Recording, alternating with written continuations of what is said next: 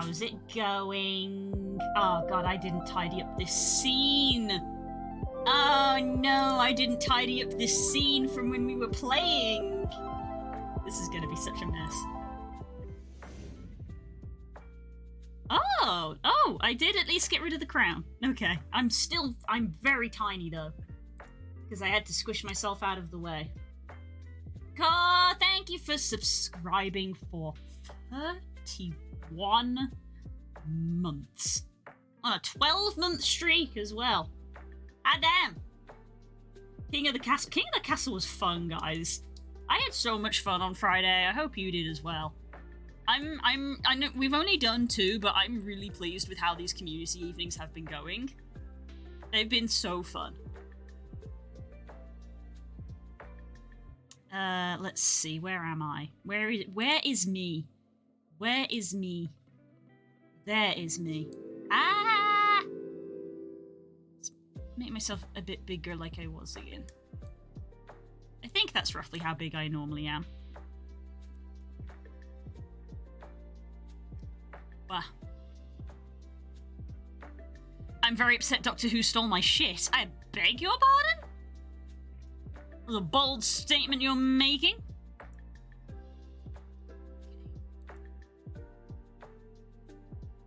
D&D chat. Oh, no. Oh, for God's sake.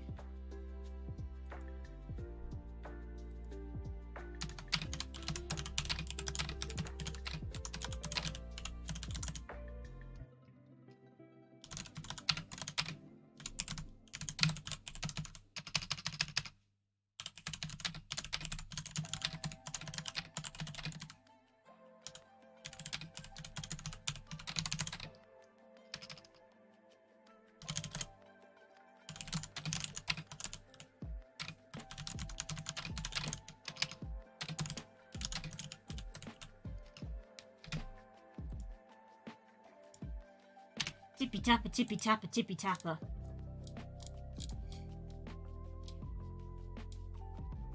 If you're saying that they stole your shit because they blow something up, I've got awful news for you. D&D. Doctor Who stole my shit. She is a cactus. What? I'll tell them you're wearing a shimmer. Because I reckon anyone wearing a shimmer! Want the shimmer to be noticed, or they wouldn't need a shimmer in the first place. I'm sorry. Shimmer! Shimmer? Shimmer. Cora, I regret to inform you that episode is probably a good 11 years old. Typing ASMR, yes. Clicky clicky keyboard. Clicky clicky keyboard with the microphone right next to it. I'm getting angry. I'll tell them you're...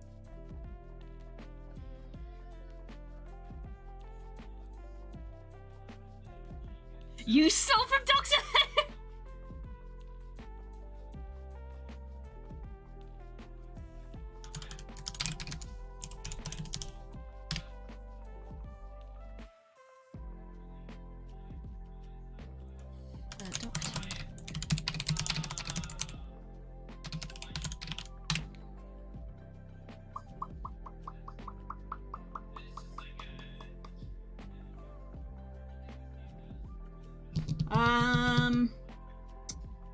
Does anyone remember when we played D&D for Blood and Sand? I'm trying to think.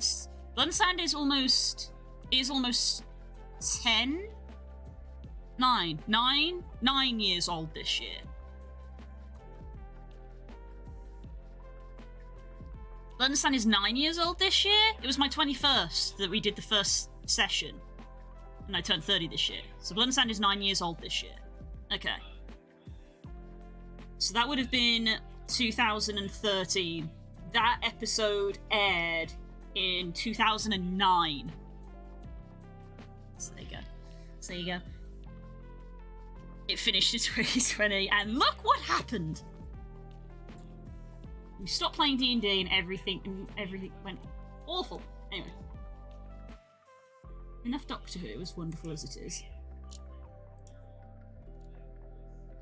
Clear that notification. There we go.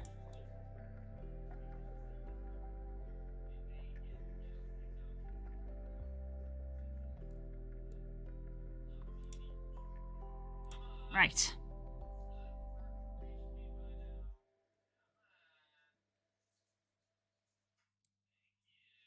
I think I'm gonna go shut that door, because even though you guys can't hear that, I can hear that.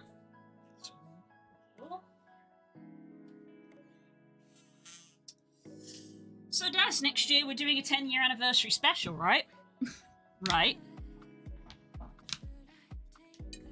10-year anniversary special, right? Anyway, I've done more redeeming. I'm fully redeemed up. Look, we got some of the stuff that we got last week, including stuff we didn't get last week. But we've got 151 cards. I redeemed all the code cards that I got. So we got a bunch of cards. Look how teeny tiny that little scroll icon is. The mountain of Pokemon cards that I have now. Right. I don't remember if I was gonna tweak this or not, because it's been a couple of weeks since we played this.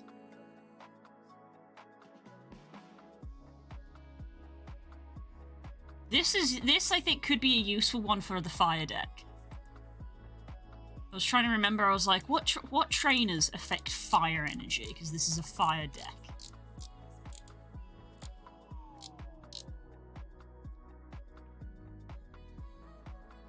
Filter. Oh, we're on standard. Okay, it defaulted to standard. Okay.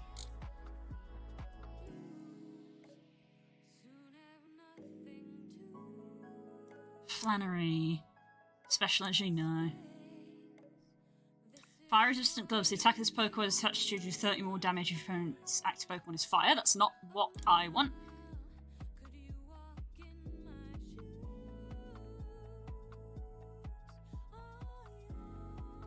Magma Basin I got rid of? Or did I keep the Magma Basin? I did keep the Magma Basin. Mila.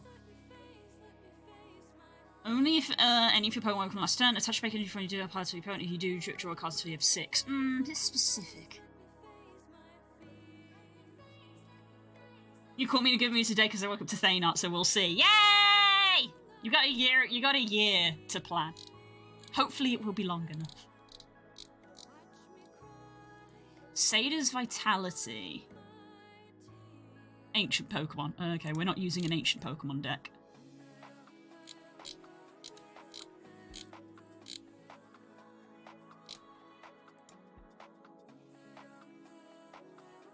Draw 2 cards, switch your opponent's active Pokemon to the bench. That's a neat card. It's a supporter though, so you can only use 1 a turn. I suppose you'd only want 1 a turn.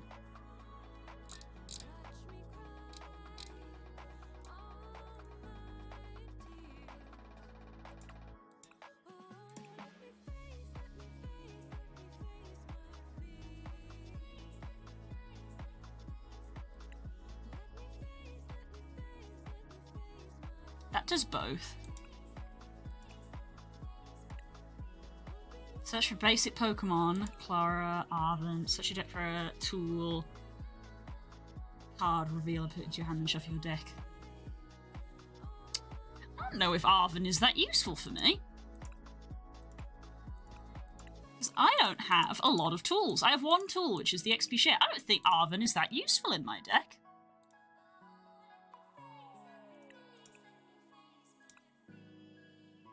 Yeah, switch your opponent's bench Pokemon with the active Pokemon. So that's boss's orders. Which, Rhyme is just a better boss's orders? Switch one of your opponent's bench Pokemon with their active Pokemon. Oh, you get to pick. Right, so you get to pick. Okay, I think the strategy of being able to pick is better than they get to pick. Although the card draw is nice.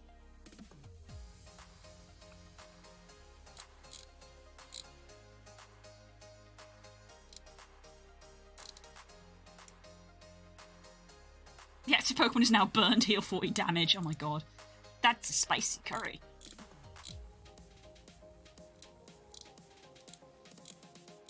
anything that affects fire types. This is easy to do.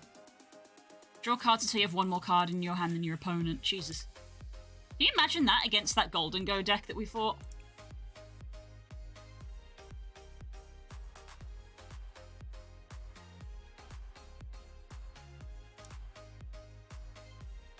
That's a hand refresh. Draw 3 cards to discard a stadium. Could be useful. Small card draw. I feel like maybe we want to have a Candler. I only have 2 Candlers. Choose 2 Candlers. Where are we now? 17, 14. One more. We need 1 more card. I might make it another energy.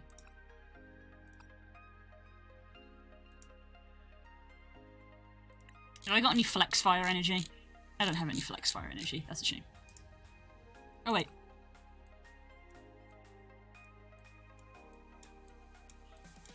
I got a Flex Fire energy! I've already put the Flex Fire energy in. That's very funny.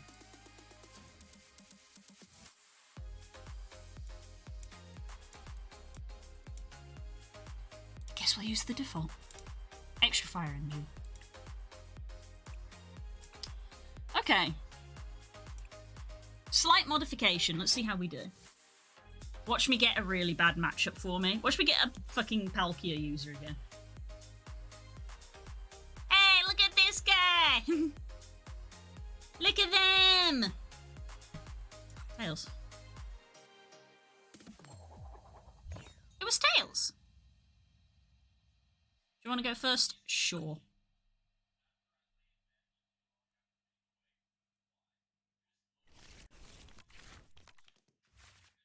Moltres right out the gate. Fucking hell. Sure.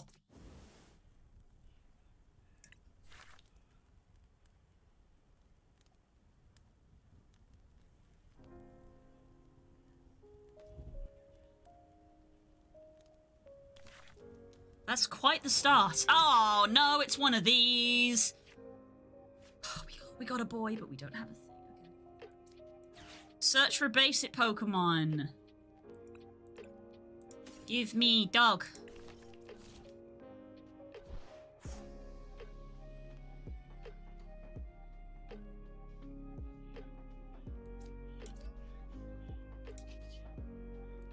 Can't attack on my first turn.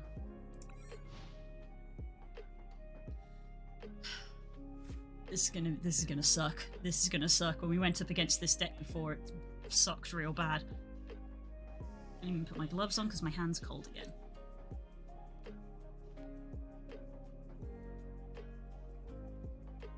What are you weak to? You're weak to dark. That sucks.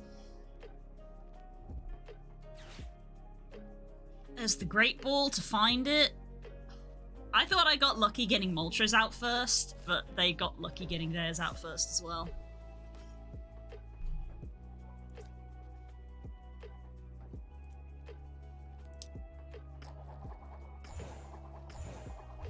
Woo! Yikes.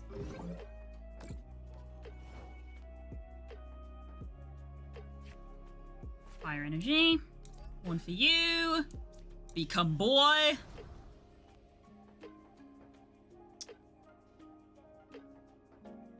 Nest Ball. Fuck it. Into Charmander.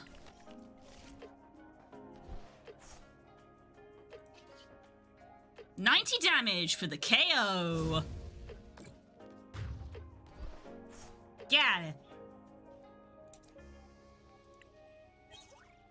Oh, we got the Candela. Draw 2 cards. If you drew any cards this way, flip a coin. If heads, attach a fire energy from your discard pile to one of your bench Pokemon. I do not have any fire energy in my discard at the moment. I wonder if... Ah, never mind.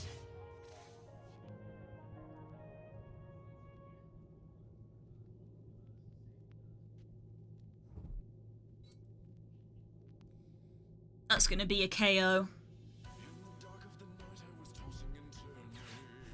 They're going for a hand refresh. Discard basic energy from your hand. This attaches 50 for each you discarded. How much steel energy? How much energy did they just draw? Coin bonus, another 2 draw cards. This is where the snowball happens.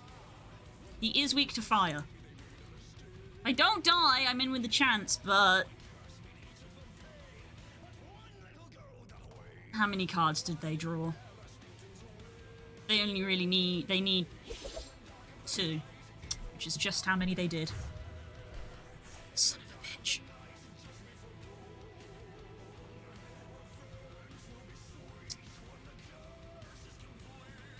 I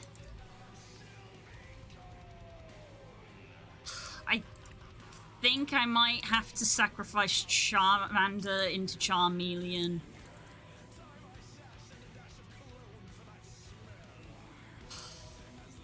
Charmander won't get any damage off. We'll try it. We'll try it at Arcanine. Give me a fire energy. There is fire energy in my discard now. Yes. Draw 2 cards if you drew any cards this way. Flip a coin if heads. Attach fire energy from your discard pile to your bench book. Coin. Come on. Let's go. Fire energy. Charmeleon. Fire energy.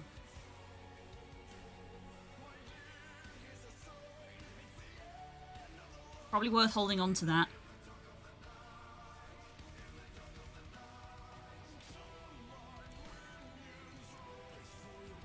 It's just Moltres, so I don't have any energy left, ironically. Can't use that one, which sucks. It would have been so good to be able to just dunk on him and just kill him right out the gate, but I don't have the energy.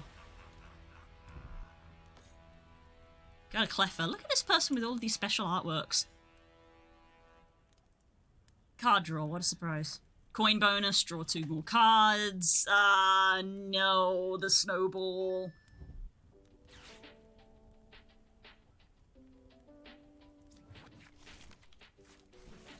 The snowball. Mew, okay. During your turn, you may draw until you have 3 cards in your hand.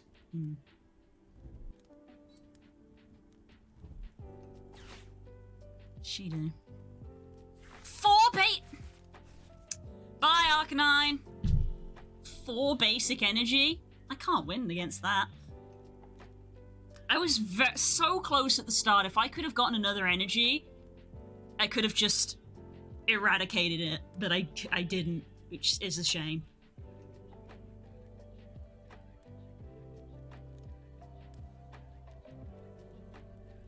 That's such a shame.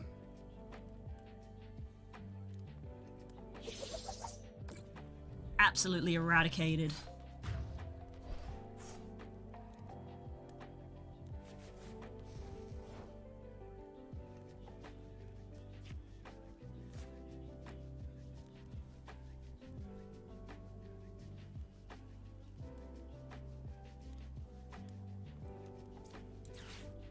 Ryan.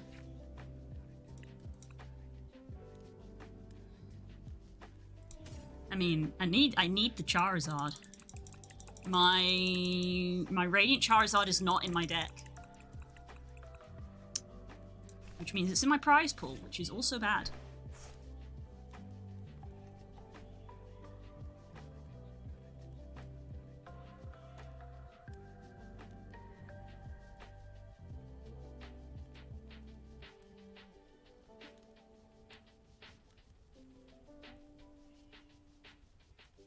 Can't play another sport this turn. Evolve.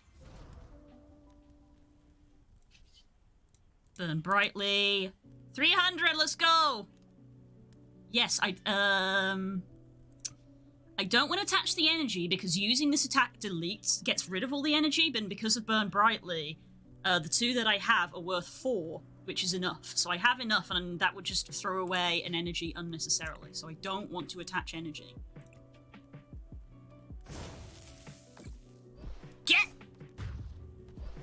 Get!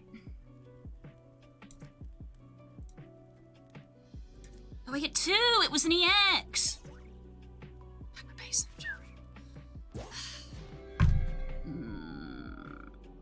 Okay, the Mew can't attack me this turn.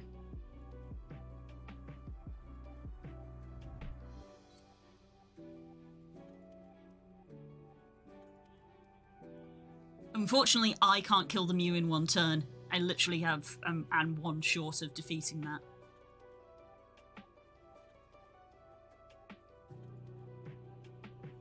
And it will be able to kill me. Choose one of your opponent's active Pokemon's attacks and use it as this attack. Ooh! I could put Charmander on an escape rope. I could put Charmander in an escape rope. There's the other Charizard. Charmander. Escape rope.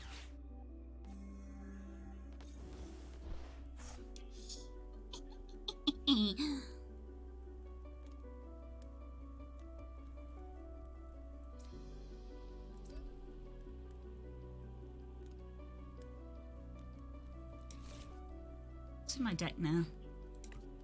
Sure, we'll play Clara this turn. 2 Pokemon. 2 energy.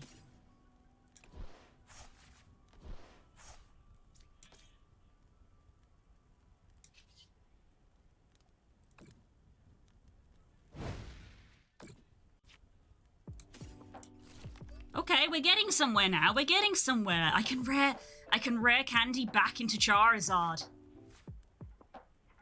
Do I want to?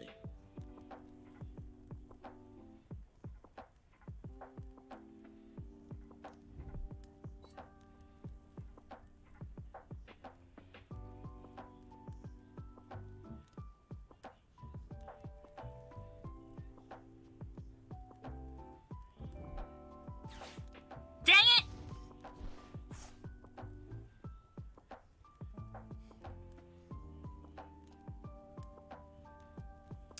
I didn't know they had boss's orders. If only I could draw a boss's orders. What does that do? Such a it for 2 basic energy cards. They're trying to restock again. I really hope they don't have another Golden Go. They had 2 Gimme Ghouls, and I managed to take both of the... I took out the other one. So potentially superior energy retrieval. 4 basic energies from your discard. They're trying to recoup a little bit.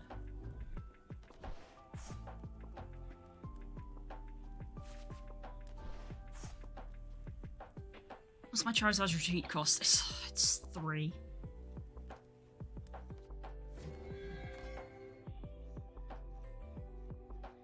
Genome hacking? Fuck. Just immediately. That was the strat, I guess. Right. Charmander, rare candy into Charizard. Get a big hit. Another Magma Basin. That's unfortunate. Right. Energy for Growlithe. Growlithe into Arcanine. Rare candy. Charizard. Charmander. Flare Blitz. And then they're gonna kill my Charizard, which I take the L for. I get Arcanine into play. Arcanine takes out Mew.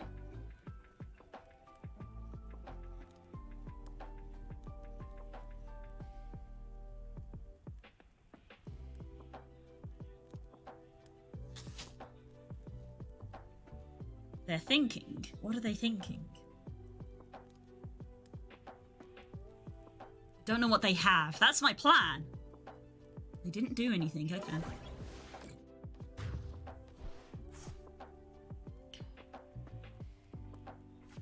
One prize card left for them. Arcanine into play.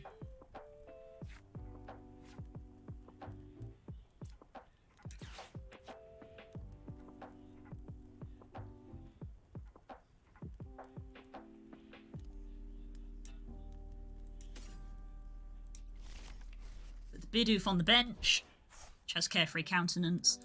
Basic Energy. Raging Claws. KO. It's an EX, 2 prize cards.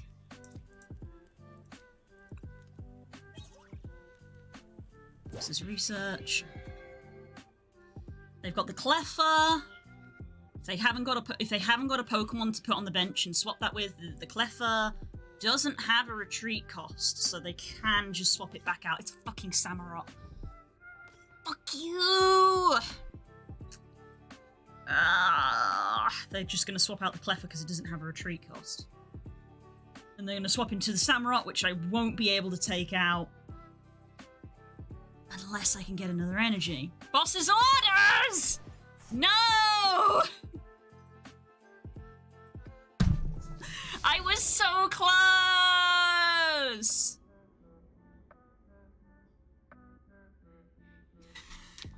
Dang it!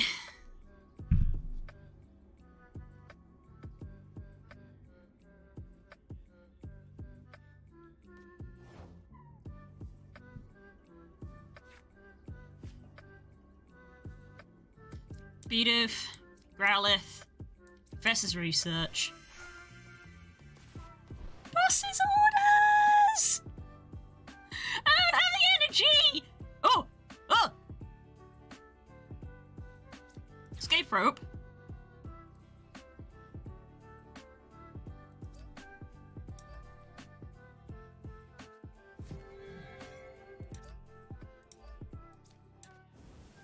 Into the Arcanine. And I don't have to do anything else, I just Raging Claws. I'm gonna attach this just in case. Raging Claws. For the KO and the prize card, and we win! Yes! There's the Radiant Charizard! Victory!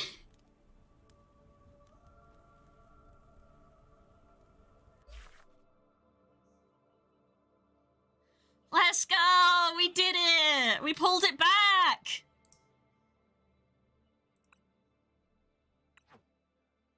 Woo! Level 5! I don't know what these are for. Thanks, Foz. Woo! We did it! We pulled it back!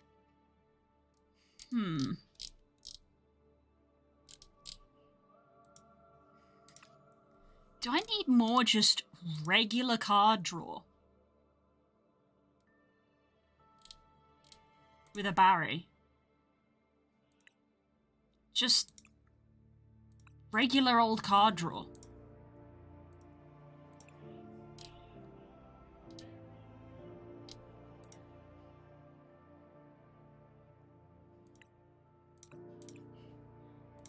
Put 2 Barrys in.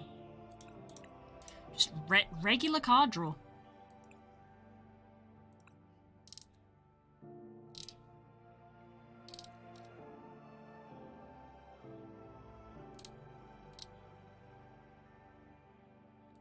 I'm going to reduce Professor's Research by 1, and I'm going to have another energy.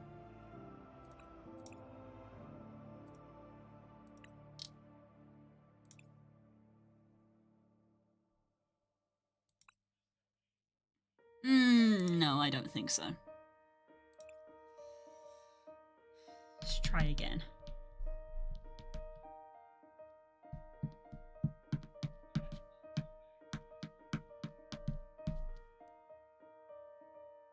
Hello!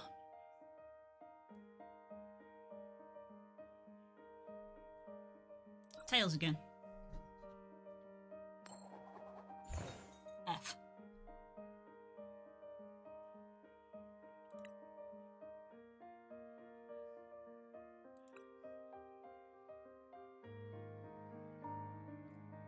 I'm going first, apparently.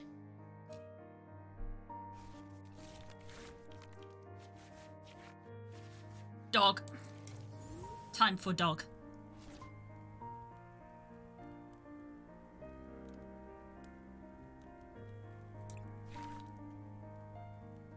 No basics. That's a fancy sleeve. Ooh, another fire user. Okay, interesting. 2 professors research at the start of the game. You hate to see it.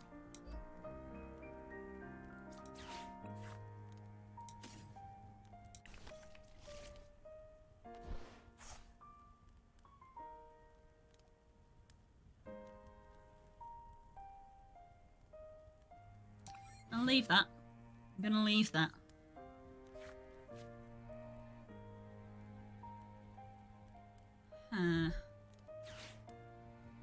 An oven. Searching for a tool.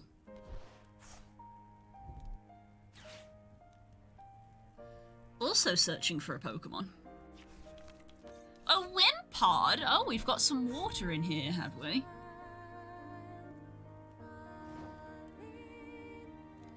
That's going to become a Golisopod, which is going to be a problem, but we got the boy already.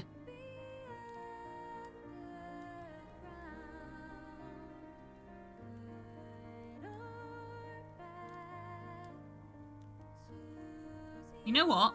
I'm going to hold. We're going to fire Charmander.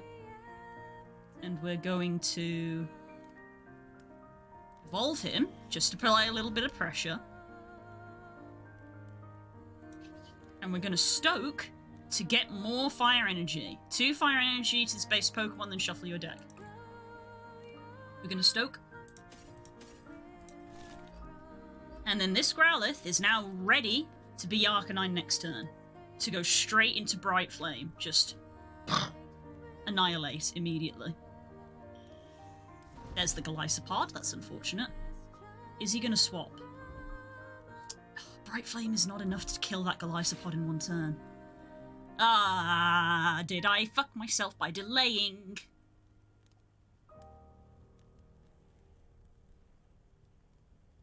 Did I F myself by delaying?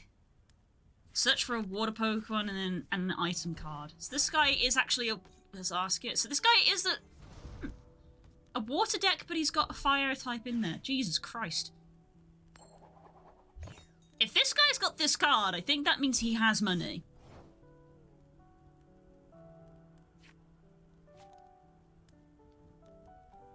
Okay.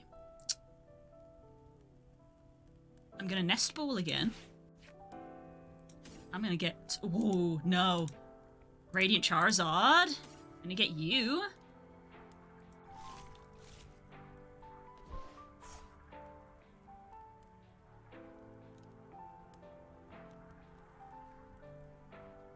We are gonna Arcanine. And I'm gonna Professor's Research. There's the Moltres as well. What does this do, actually? Burns if he takes damage, fair enough.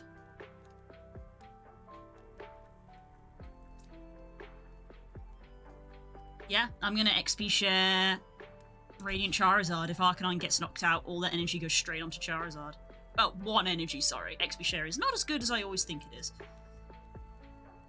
And we're gonna give an energy to Moltres, so the Moltres is just ready to go. Alright. Bright Flame.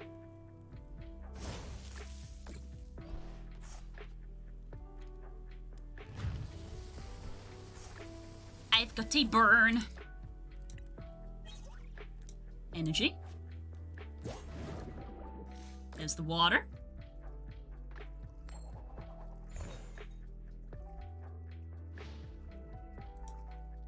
I'm weak to water, so this is awful! Everybody's weak to water! Yay!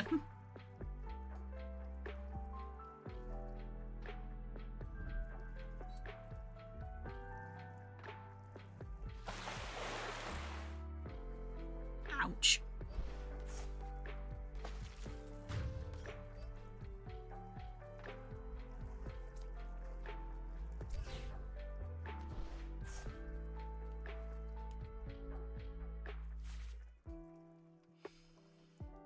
You're not even remotely set up.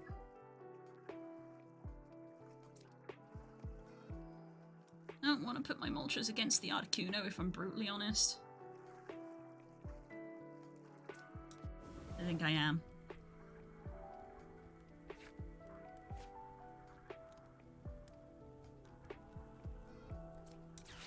Chandler. Damn it! Okay. Another XP share, and we'll put you on Charmeleon. Bit of a doof out. Basic energy onto you, because you need it. I mean, I spent most of my day painting minis, looking at that Thane piece, and why not? It's the weekend.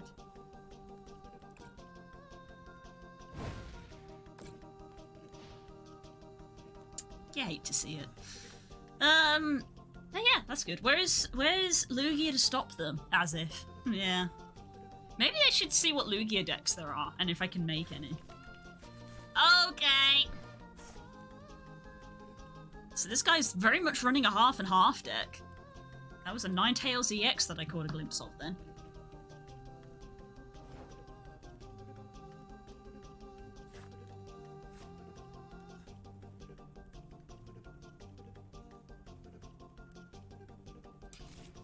Two Pokemon for your discard, 2 energy. Sure. Clara. 2 Pokemon, 2 energy. Thank you. Growlithe. Okay, Growlithe. Let's evolve you, because why not? Once during your turn, you may draw cards until you have five cards in your hand. That's pretty nice. But I can't use that this turn because you've evolved, right? Yeah.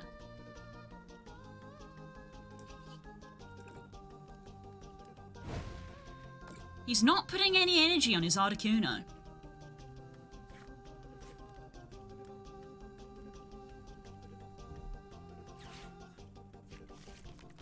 What a Bagon? Oh, Bagon uses fire and water because dragon energy is not a thing for some reason. I don't know why they added in dragon type as a card but didn't add in dragon energy. It's a very odd little loophole.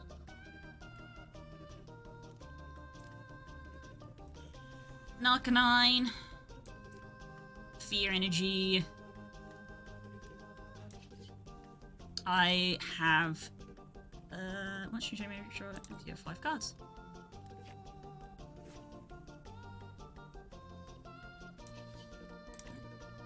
We're just doing chip damage to Articuno at the moment.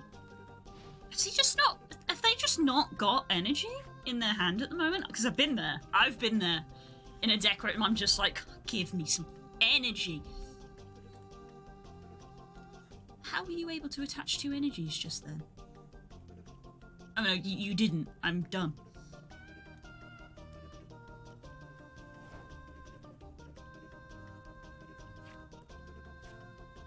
I don't know if that helps me right now.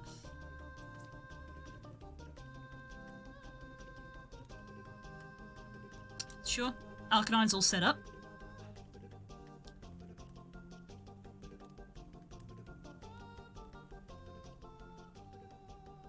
Yeah, using that right now doesn't really help me because if I swap that out,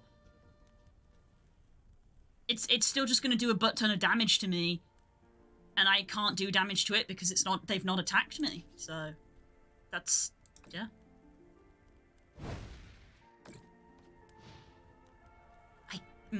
I could have retreated. Well, they've built up a Salamence now.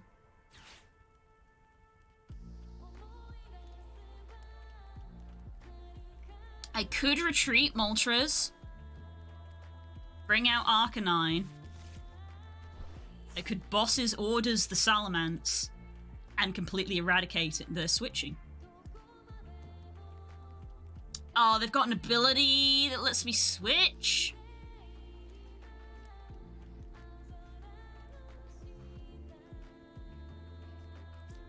Yeah, we are going to Arcanine.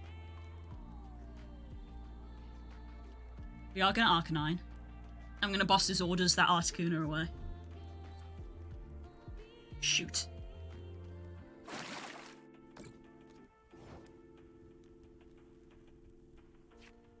Another Boss's Orders. Fantastic.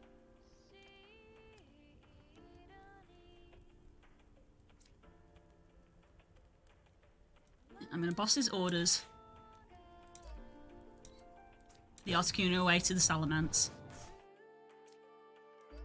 And we're gonna Bright Flame the Salamence. Get it gone! Get it gone!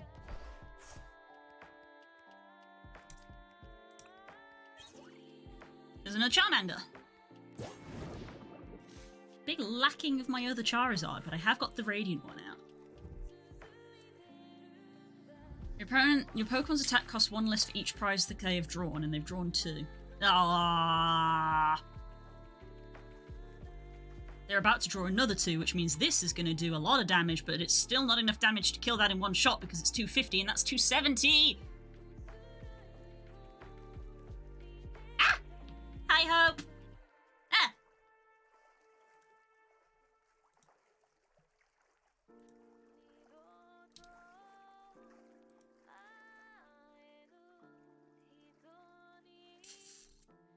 Bench Pokemon to discard. It's gonna be B-Barrel. Sorry, B-Barrel.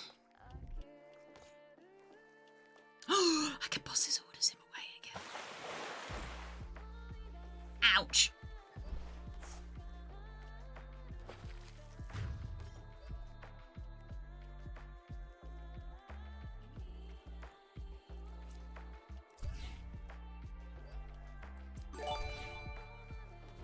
Hope! Thanks for gifting the 10 subs! Ah, what the heck? Thank you! Thank you! Oh my god, which Pokemon am I using?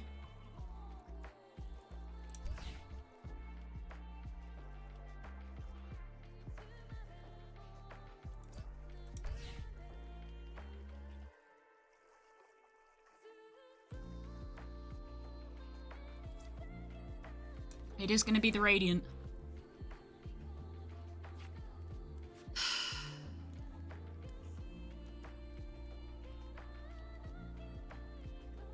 I think what I'm going to do is... I have got enough energy to attack, right? Yeah, I do. I think what I'm going to do is boss it. I think I'm going to actually... I think I'm going to take an L on the Radiant Charizard. I think I'm going to boss his orders, his Golisopod out intentionally, and fucking nuke him. 250. He'll take out the Radiant Charizard. But then he's in a very dangerous place there, and then I've got a Charmeleon down here that has a 100 attack lined up that could kill any of them. So I think I am going to have to do that. Boss his orders.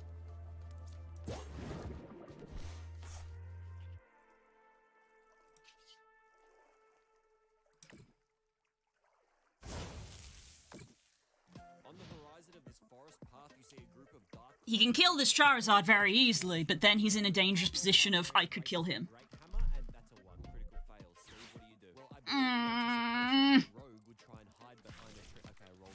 Oh my god, I'm still not confident. Hope, thanks for gifting us up to Spook! It was a tier 2 as well, heck! Congratulations, love, you got the boop emote. And they get to go, so come and get it now.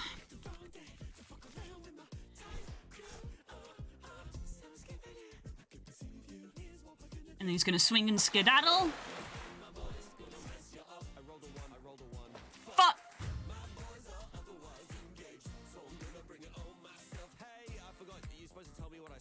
Yes, thank you. Let's just slow it all down a bit. So you noticed that one of the hooded figures is a little shorter. I cast Vicious Mockery. Nat 20, let's go.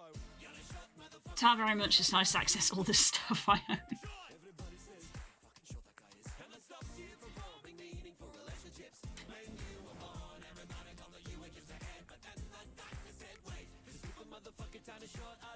Got a tiny little itty bitty body and I hate it.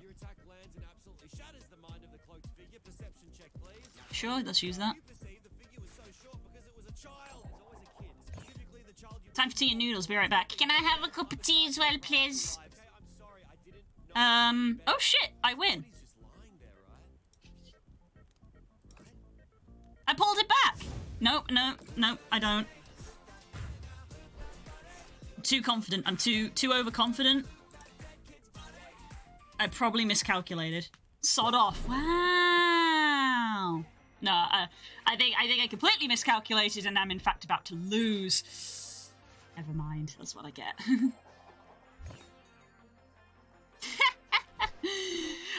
I really like how I sat there and was like, oh shit, I win, and then immediately went, no, wait, I lose. Other way around. So good at this game. I think I did okay considering I was at a type disadvantage there.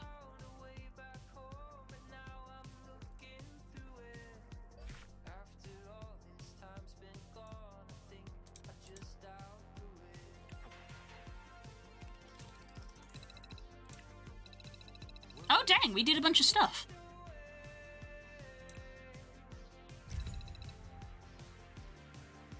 Yay! We got the next tier of the freaking thing.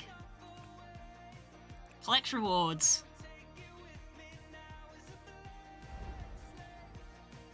Cause these days are too short. That card is sick. I would love to have that card in real life. Ooh, I think I do have this card in real life, and it is gorgeous.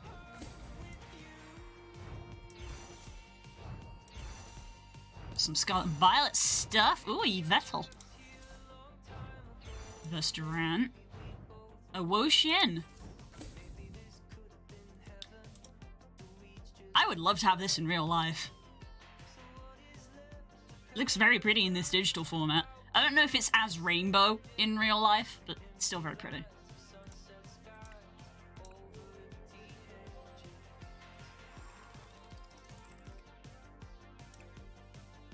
Were we supposed to waste away? I feel like these don't work because it says check back in 1 minute, but I remember when we played before, we cleared these quests and they didn't refresh the entire stream.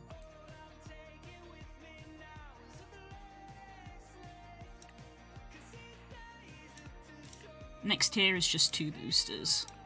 And then the tier after that, you get Seda.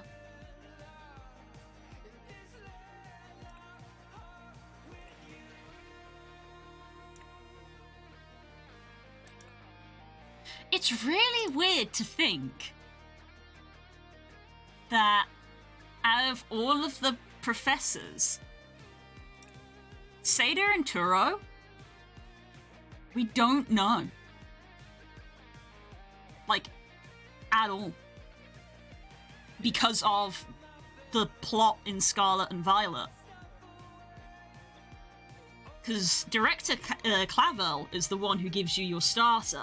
Clavel is essentially your professor for the game. He's the one who gives you your starter and, like, tells you how to do all the gyms, and that you gotta go do gyms and all of that. And, we basically don't know them. At all. We don't know what they're like. We don't really know their personality. I think we kind of assume that they're nice because they're a professor, but we don't know them at all, which is interesting. I've only really just had that thought.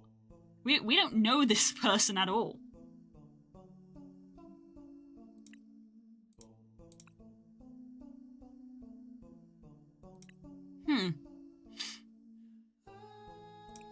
Weird to think.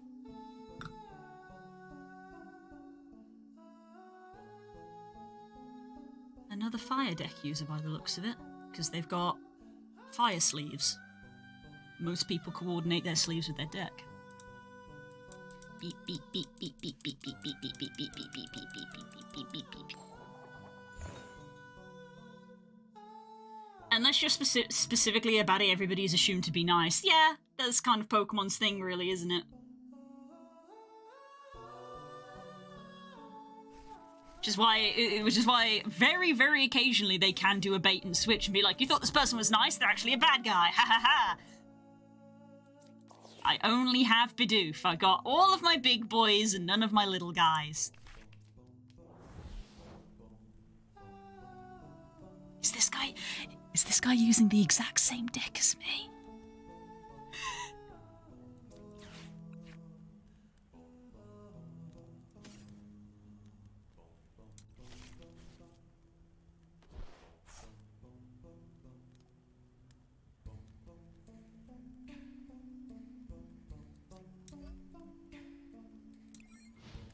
Is this guy using the exact same deck as me?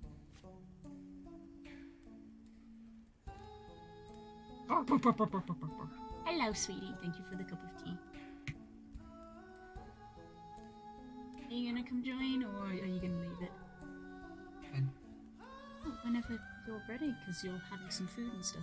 I just want to talk about the game idea, because we've not talked about it. I think this person's using the exact same deck as me. They just pulled out the Moltres. I think they're using the same deck. Could be. Mwah. Love you. me too. You drew Barry. Barreled! Is it Barry? Yes, it's short for barreled. I feel like he had a different name. Well, he's the rival, so he's one of those characters where you can technically give him his own name, but in the lore, his name is Barry. I just could have sworn he had it. Is he the one that gets the rolls? Oh no, that's Wally. Barry's from Diamond and Pearl. That'd be one. Never played that one. That was in the chat. No. I got another one.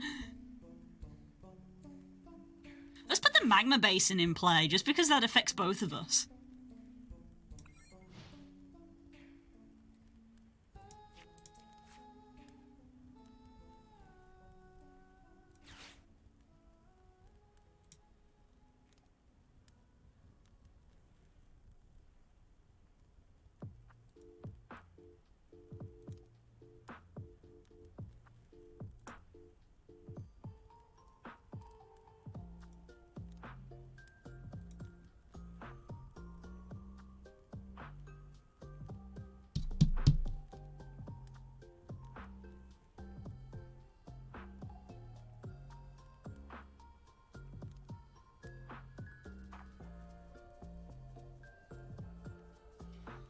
Interesting. Nothing. Charmander.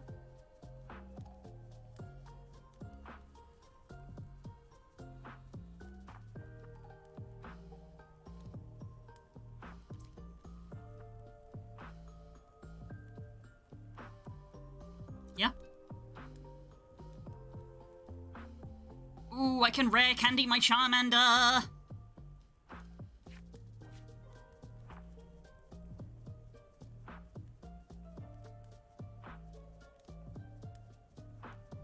This cup of tea is ideally timed. They conceded! They realised we had the same deck. Aww, are you a Bebby player? Are you a Bebby player, a little bit like me?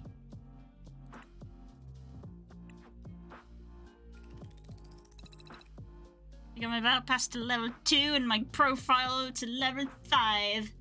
Bebby players. Welp. See, mine is a pre-made deck with slight tweaks made to it.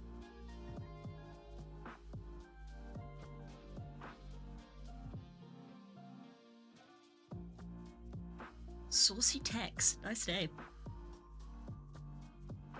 This cup of tea is well timed to warm my cold hands.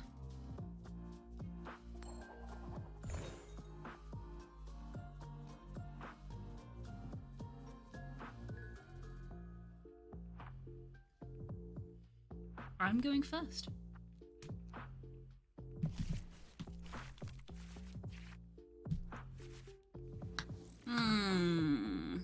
Oh, Mulligan.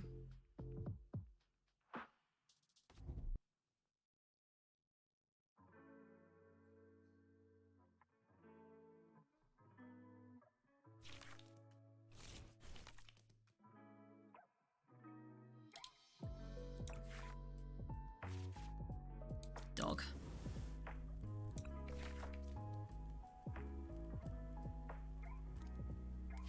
That sucks because they look at my hand. Oh, it's another water trainer. Shoot. Shoot, shoot, shoot, shoot, shoot.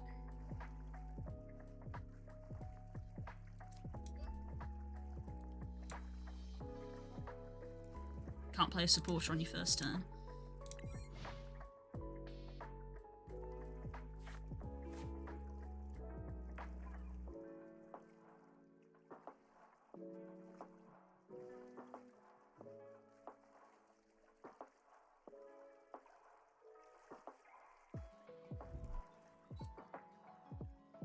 What's your wishy-washy do? If this Pokemon has 3 or more water energy attached, it gains 150 HP. This attack does 30 more damage for each basic energy attached. Don't want you to power that up, but I don't have a boss's orders to stop you.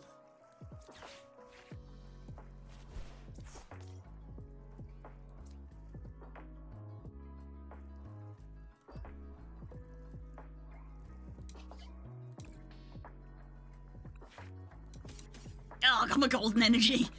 Flex. It's the first time we've seen the golden energy. Make some tea. Hell yeah. What kind of tea? Or I suppose I'll ask you when you get back what kind of tea.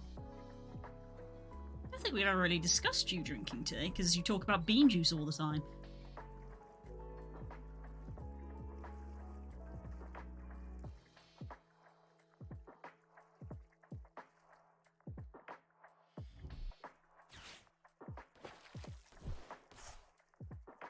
Interesting choice.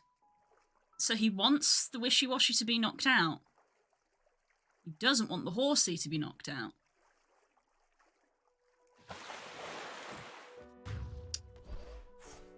I forgot about weaknesses.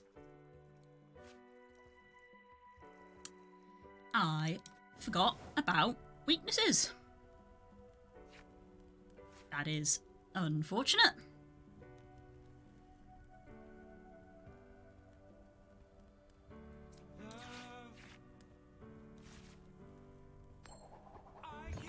Dang it.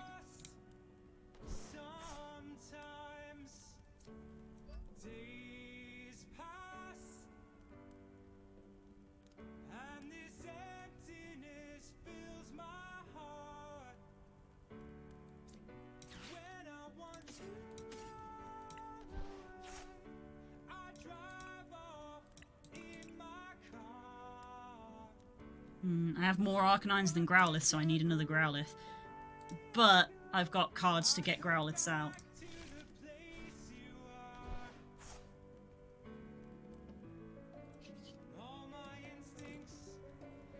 It's so insulting that a Moltres can't even kill a Wishy-Washy! This is gonna hurt. He's gonna put a water energy on that, and it's gonna hurt so bad. There it is. Its health increases, and its damage increases, and I'm 2 times weak. This is so upsetting. Just can't win with weaknesses. What does that do?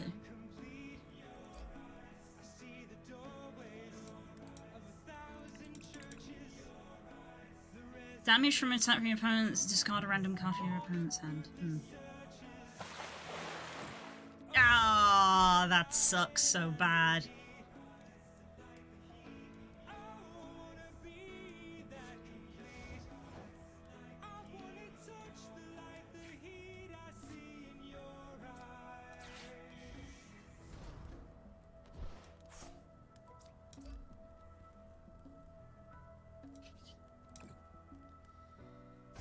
At least I got it out.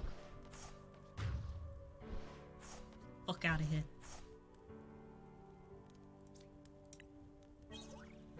Oh, there goes the Bidoof after my B-barrel.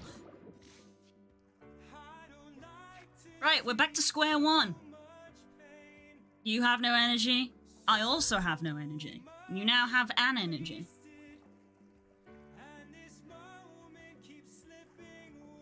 We're not so different, you and I.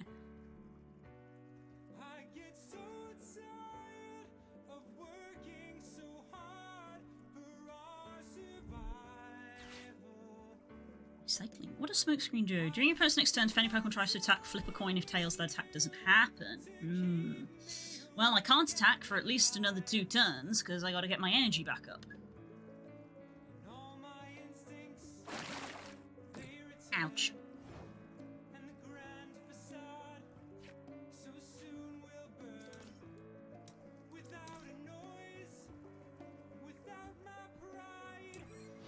And now I have no fire energy, which is also awful.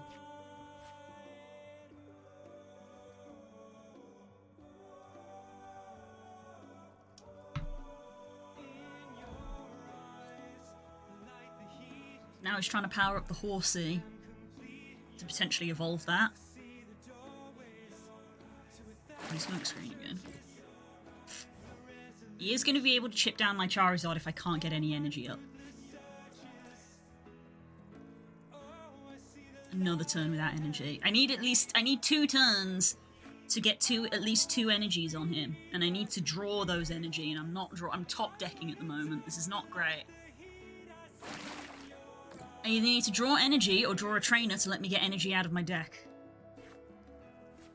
Oh my god. Fessaturo.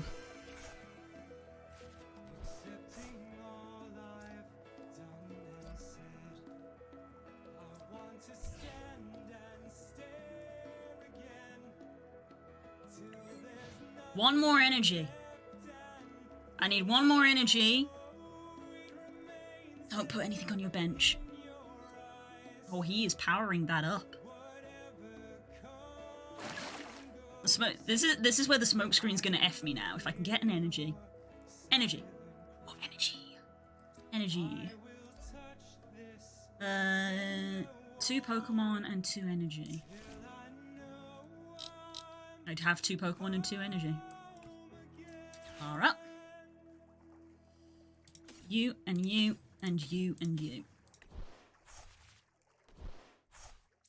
You going on the bench. Please, please, please, please hit. Please hit. Bastage. And now I'm back to 0 again. Oh, the attack didn't go through. That's good. Okay, that's nice at least. The attack doesn't go through, so I don't have to discard the energy. I was really worried that would happen. Are you going to evolve this horsey, or can you not find your Seadra?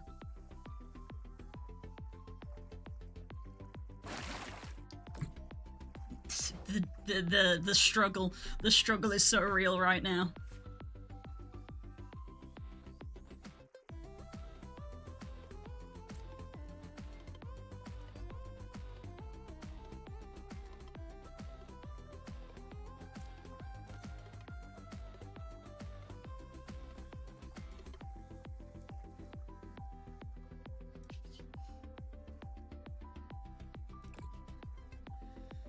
Come on, come on, come on. Yes! There we go. That's victory. They have no Pokemon on their bench. There we go.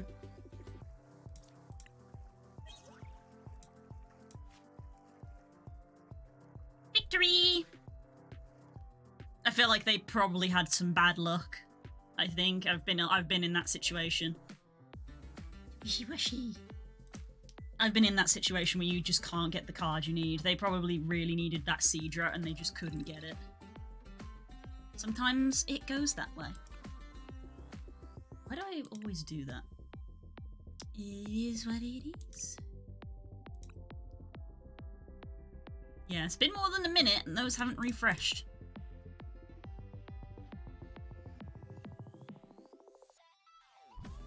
Seems like it's bugged. Let's try.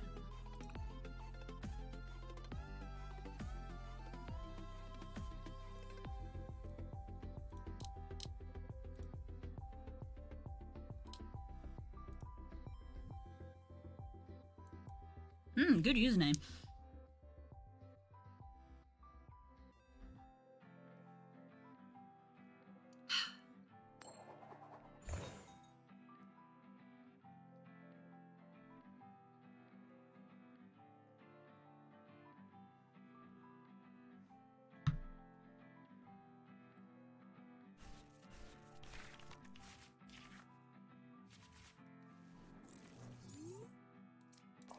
Whoop! Oh, pretty.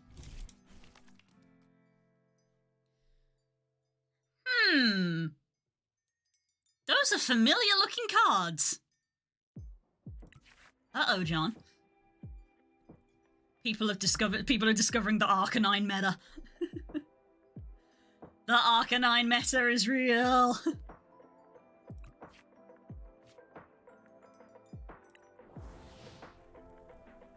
Uh-oh. Uh-oh, John.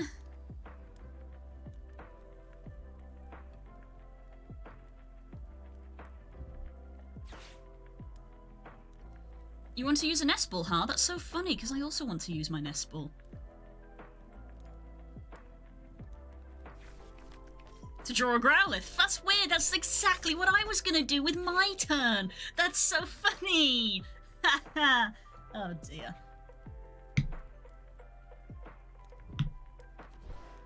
Uh-oh. Okay. I wonder how we'll do. There's the Arcanine already. Good job. Well played. I wonder who can get to it first, because in theory, this is a perfect 50-50 if either of us could win. This is a perfect 50-50, either of us could win. What if I... No, we'll do the Growlithe, because honestly, just because it's funny. We're going to do Growlithe because it's funny.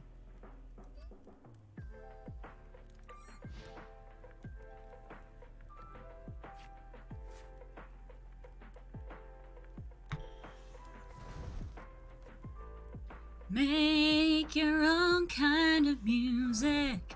Sing your own special song. Go both Arcanines, dang. I think he might take this one. Because I think he's had better luck than me.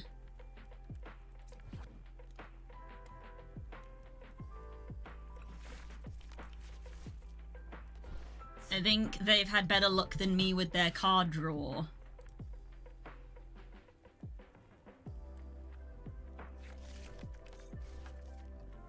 Funny thing is, I considered getting my Moltres out. What does that do? I took the Defiance Band out. If you have more prize causing your opponent, it attacks the... If you have more damage, Jesus. So that's gonna snowball.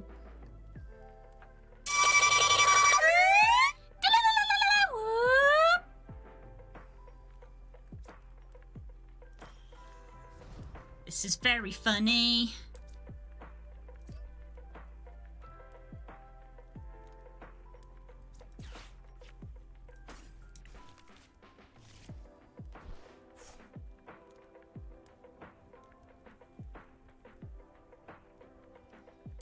I don't want to escape rope that, because if I do damage to him, he will have damage, and his Raging Claws will do more damage.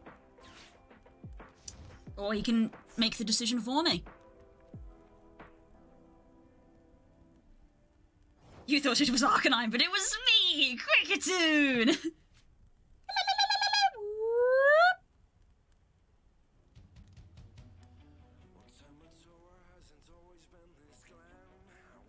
Is he baiting me?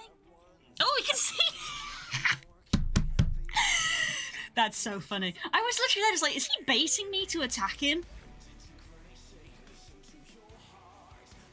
They gave up. That was funny. Okay. Let's try again. I can't believe we've bumped into two people with the same deck as us. I'm just backing on a win streak, pog. Technically I am. Two people conceded though. We've bumped into two people using the exact same deck as us, and they both conceded because they realised that it was the exact same deck.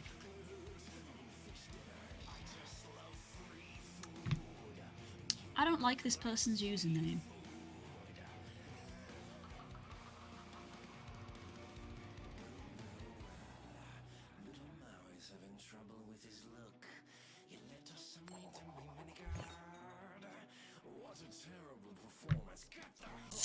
Sure, I'll go first.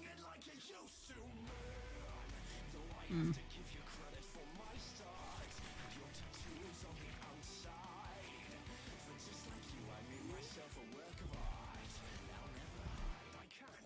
gonna just, I don't know why it, yep.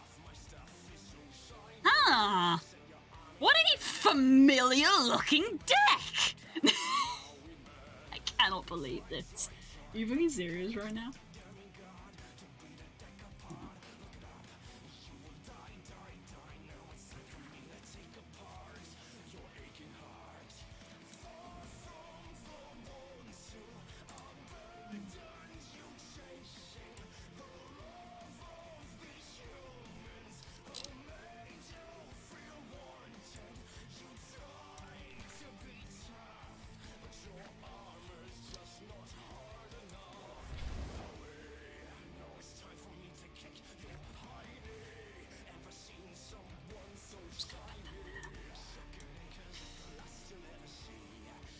Oh no, he has got a different deck to us. Look at these fancy ass cards.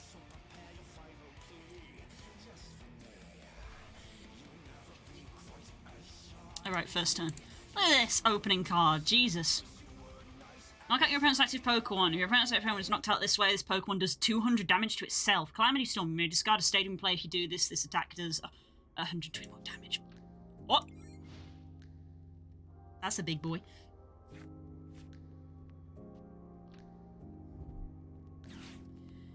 I want to say, I think it's pleasantly surprising that one of the pre-made decks that the game just gives you is actually viable.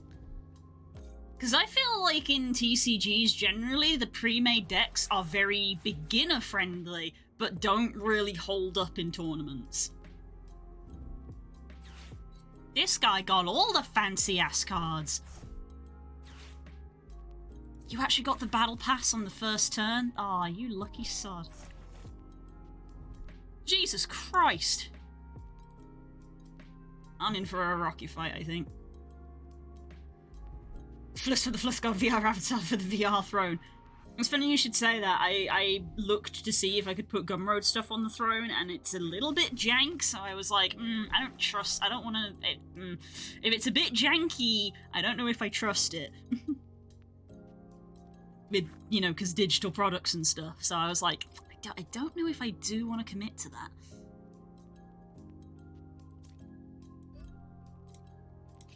Ah!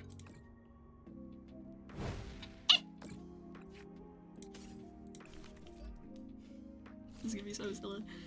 Yeah. Because, like, I kept saying I was going to get the Nova Beast, I still haven't. And then the Phoenix HD got released as well, so I was probably going to put the Phoenix on there and get the Nova Beast for myself.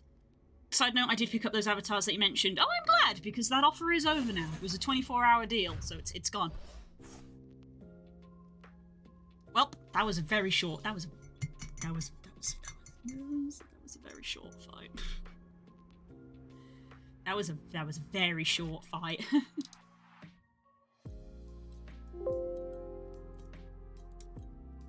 That was very short. First furry avatar, yeah! And it's a mantle beast, which is one of the furry avatars which is semi-cybernetic, so it still suits core. And I even checked, actually. I even checked on Twitter. I got the avatar for myself, and then I messaged the creator. And I was like, if we get this avatar with the free code, are we still allowed to take commissions for retextures and ask and commission people for retextures for it? And they just went, yes! So there we go. I've got another avatar added to the collection. I now own a Mantle Beast. Which reminds me, let me just, because I funny enough, I redeemed it while I wasn't home, so I should actually probably go check that went through. I should probably check that went through. Because I've just realised now, because I wasn't at my computer the way I did it, wasn't 100% sure it would.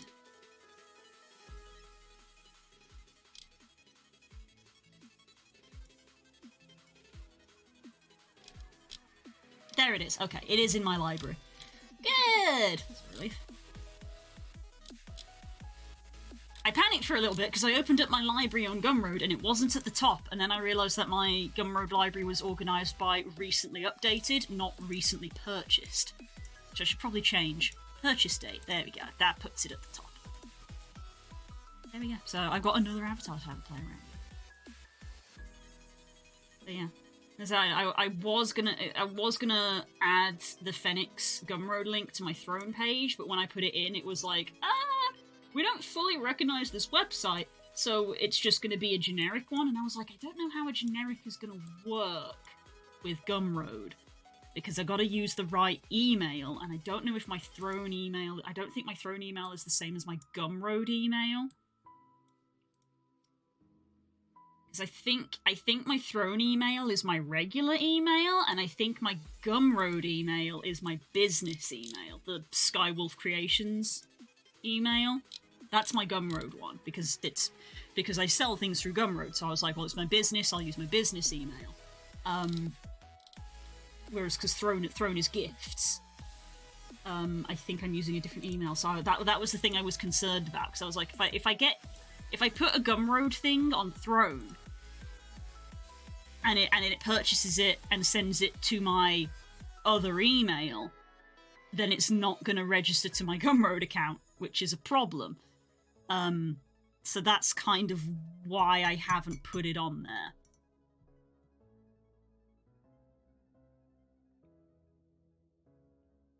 Nova Beast, and Phoenix. I haven't bought either of them yet. Because I've been doing the viddy game. Skywolf General. A video called I Love the Nova Beast. I do love the Nova Beast. I think they look very cute.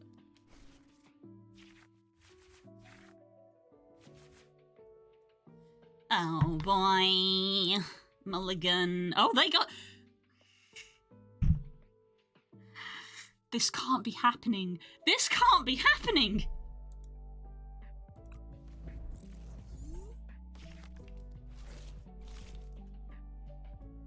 By the 9, this can't be happening!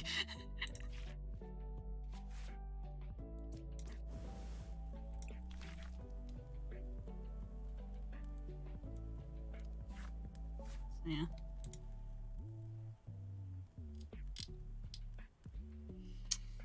Ha.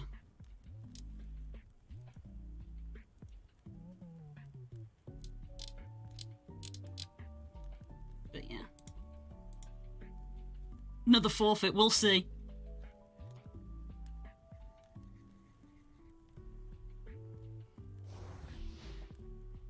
This is the default one because they've left the heat more in. My modified one, I took the heat more out. This is the thing, I'm actually curious. Like, we've had 3 people now have the same deck as us, and they've all forfeited. And I'm sitting here like, aren't you guys curious to see who'd win? Aren't you guys curious to see who would win if we've got the same deck? Jesus, they got a good setup, though.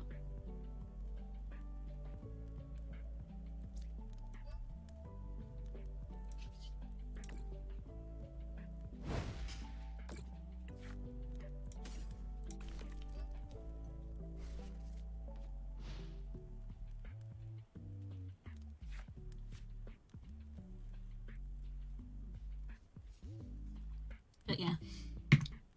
I might regret saying this, but I suppose if you guys really insist, if you want to gift me stuff from Gumroad, you technically only need my email. You don't have to do it through the Throne. And the email I use is my business email, which you can find in the Discord, I believe. Under the, About Blue.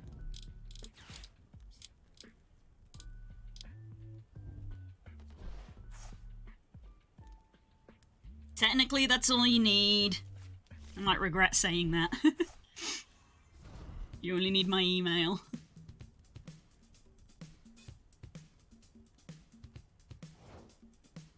But anyway.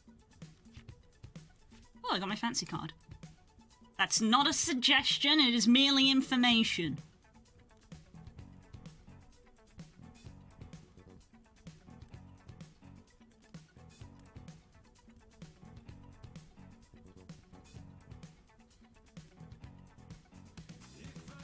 $20 new mails all from Gumroad. No!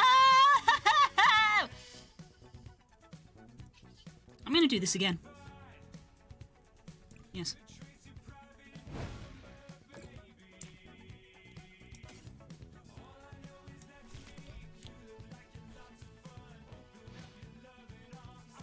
Look, it's all public information. One of you probably would have worked it out eventually. My email is public information because it is my business email. Also, do not spam my business email. It is my business email.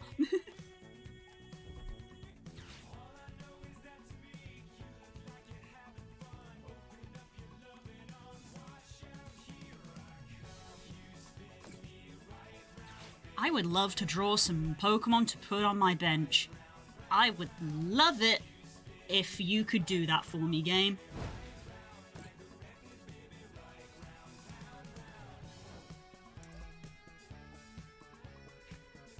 Bench Pokemon, fuck. Miss Ball. Yeah, actually, I am gonna do Moltres.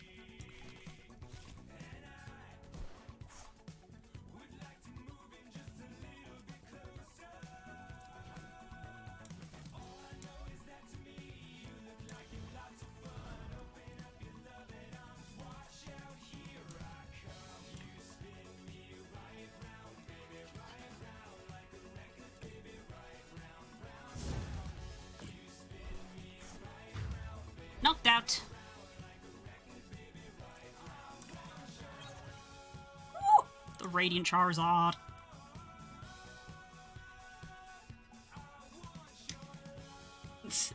I would have asked if it was okay, but now that you've opened the gates, to be honest, I can't be asked. Ha ha ha ha! Ha ha ha ha! The unstoppable force meets the immovable object. Cause desire to give gifts versus cause laziness.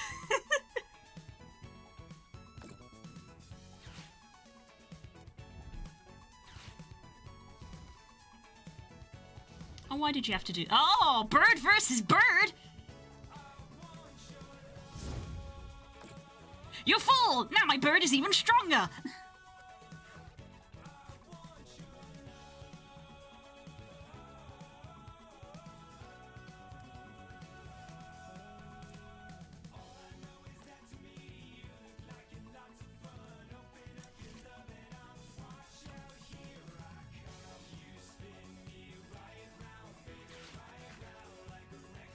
Boss's orders!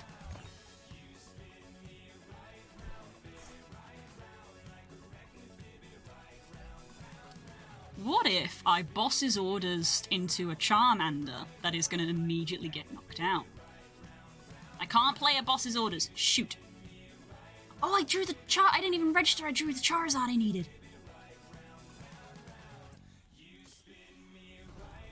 What now?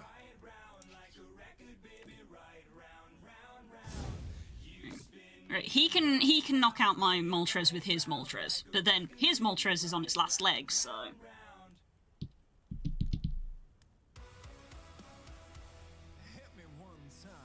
You ain't wrong. Mm-hmm. Oh, hello, love. Hello. I didn't know when you joined because Discord gets muted when I stream. I cannot change that. Oh, he bosses orders me. Oh, of course he chose the one that doesn't have energy.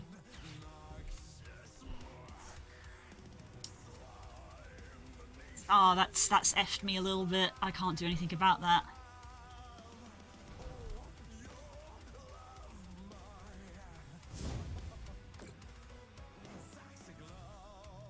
That has effed me. I think I have to take an L on the Radiant Charizard. Got a second Charizard, Jesus Christ. Clara is not helpful for me at the moment. Energy search, please.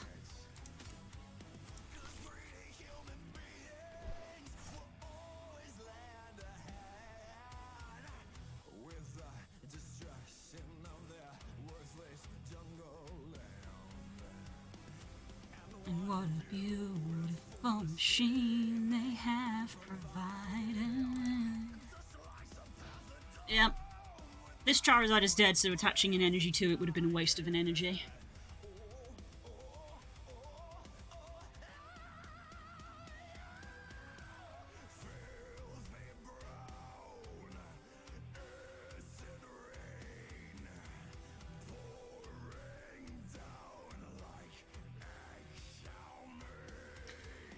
think the only cards I have in my deck that can defeat those Arcanines are my own Arcanines. And I haven't got a single one yet.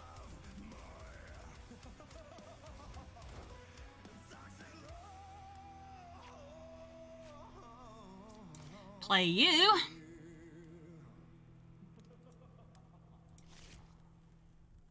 It's still not worth me using Clara yet.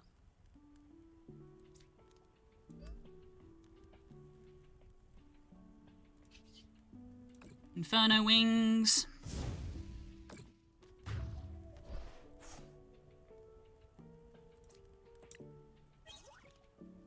Bidoof. Not hugely helpful.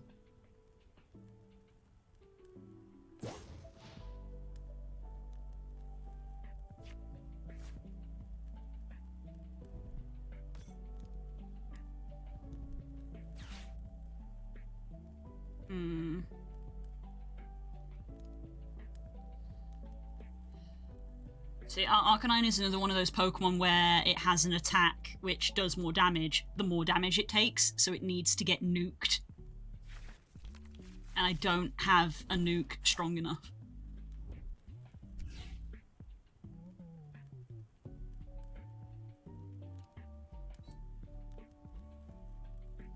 He is utilising the Magma Basin, and I haven't been because I don't really want Counter Catcher. Oh no.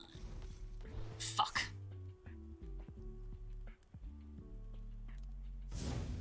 Ouch.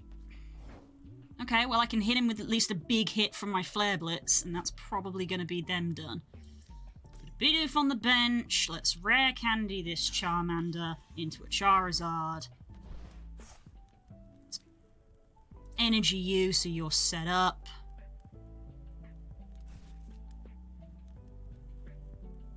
I think when this Charizard gets knocked out on the next turn, we can use Clara to reclaim it, and then we will probably go from there, I guess.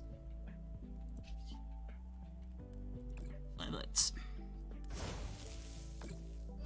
Not enough to knock it out, but enough damage that it could get knocked out. But then I'd have to do it again because he has another Arcanine on the bench. Ouch. Absolutely. Absolutely trolleyed.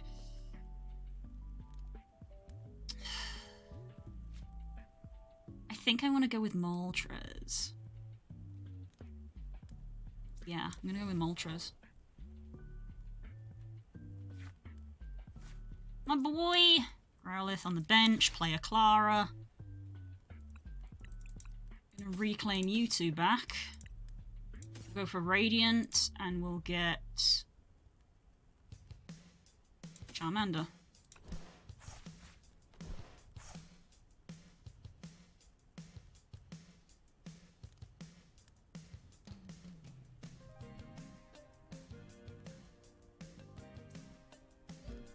Alright, Growlithe.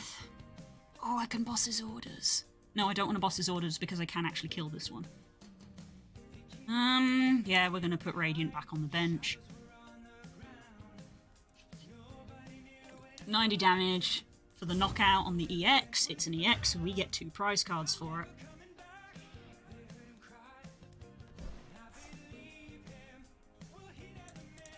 He's probably going to switch in his other Arcanine now. Oh, I got a Barry.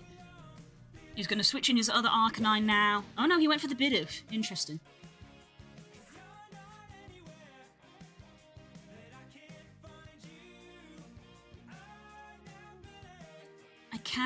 I can just knock out that Bidoof, which draws me another prize card. And then I only have to knock out one more Pokemon to win. So it's an interesting choice that he chose the Bidoof. Barreled. This card draw is always handy. We're gonna XP share Radiant Charizard just in case. And we're gonna Fire Energy our Radiant Charizard. Do I want to escape? No, I don't think I do. Opponent switches first. I think I'm gonna Ultra Ball and discard these escape ropes.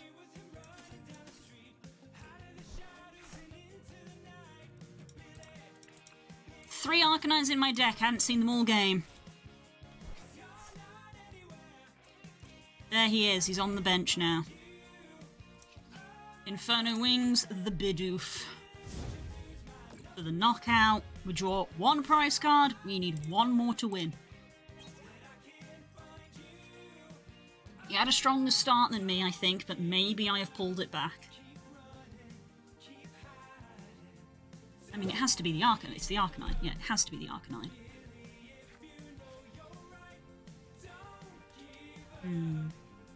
He can still win, though. Because my Arcanine is not powered up yet. So I'm not strong enough to take him out. He just refreshed my hand, which is not great. I only get 1 card back? What the hell? For each of their prize cards. Ah, fuck. Well, there goes my Moltres. He has 280 health. My Charizard is high enough to attack him, but not high enough to knock him out. Basic energy goes on you. But he's only got 4 prize cards. So I have got time on my side. So even if he knocks out more of my Pokemon, I'm still fine. So I think it is going to be you.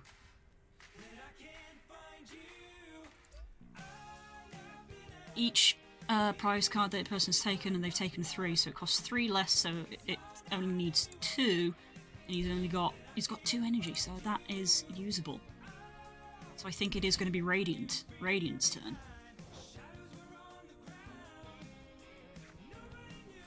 XP share.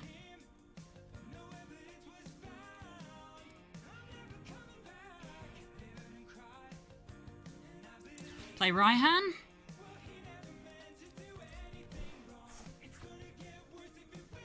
Card to put in my hand. Barry. My wish for more wishes.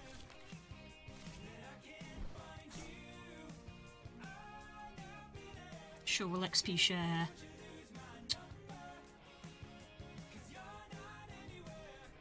Arcanine. Combustion Blast.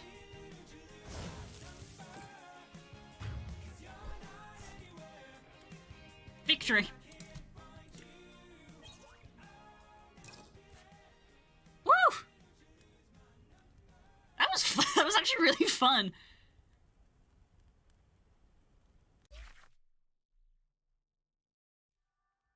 I did 900 damage with my Moltres in that game. Dang.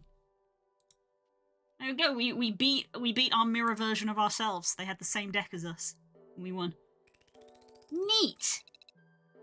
I'm gonna go to the bathroom real quick, and then we can talk about our game idea, hun. Okay, right. Back in a minute, chat.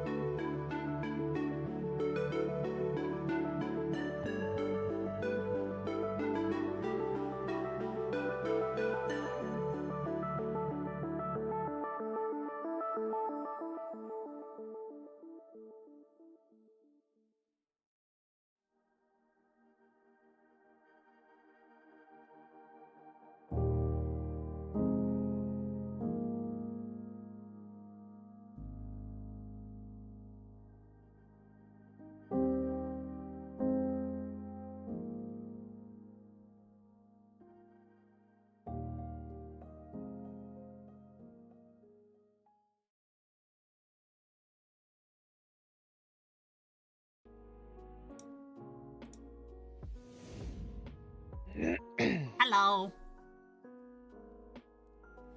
We are back. I'm gonna change up the stream a little bit, because for now we're gonna talk about something. Still Pokemon related. Still Pokemon Sunday. But we are done with that version of the TCG for now. Because we're gonna be working on our own stuff. So I should probably change over into just chatting.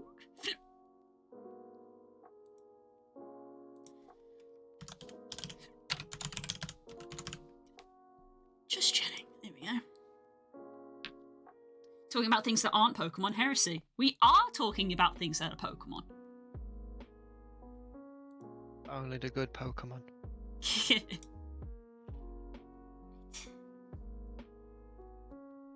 Listening core. Continue. Say. I'll allow it.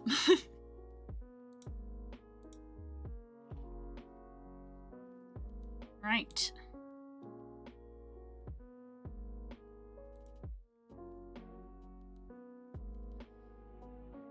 Let's close all of that down. Move that window over there.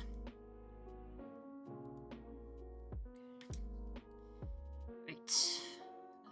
Where's my Google Drive? Because I'm making a Google Doc.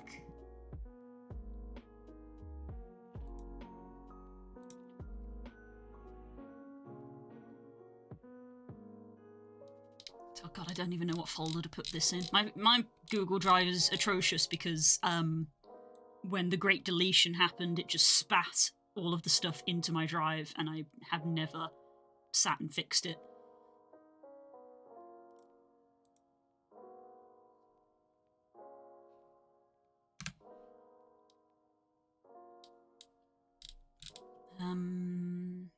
I do have a folder labeled Pokemon, so I guess I'll put it in there. Along with whatever else is in there. What is in there is apparently the Living Home Pokedex spreadsheet that Austin John made. Is apparently the only thing I have in there, because I know that the Pokemon D&D stuff is in the D&D folder. I'm surprised that my Pokemon folder has one item in it. Well, new folder. Pokemon TCG RPG. I guess is the only thing I can really call it.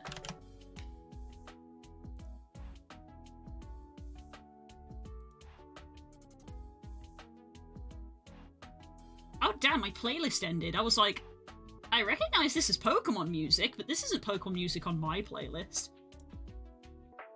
I didn't realize that it actually, like, played through the entirety of the playlist.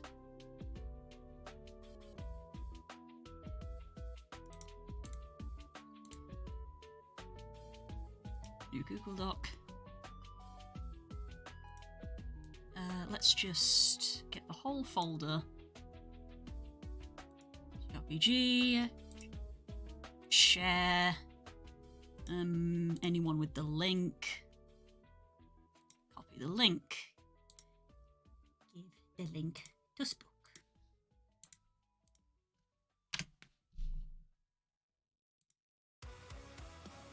Yeah, reset the playlist.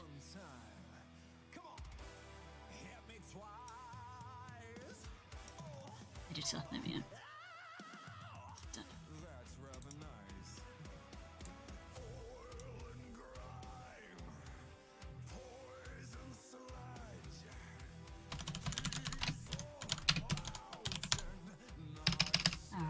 Ideas.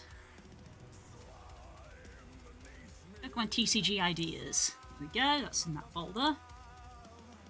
Great.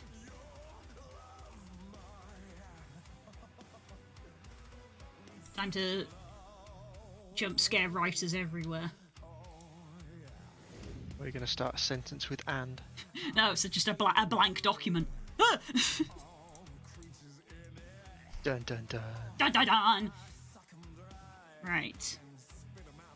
I do handily have my 151 box here.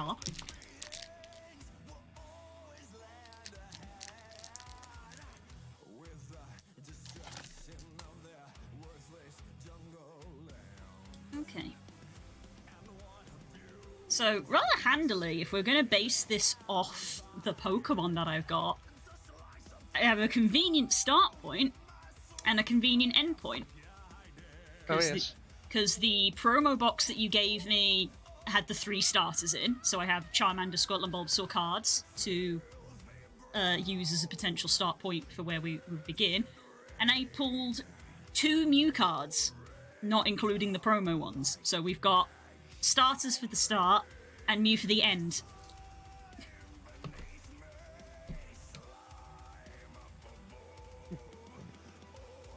So okay, so let's Pokemon 151 card list. That's the most convenient one. Card gallery.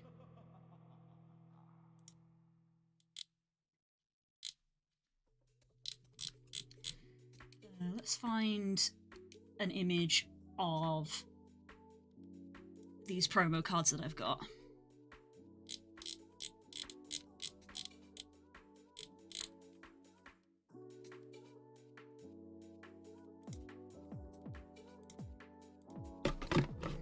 Not appearing on this Pokemon 151 promos. Let's try that. Images.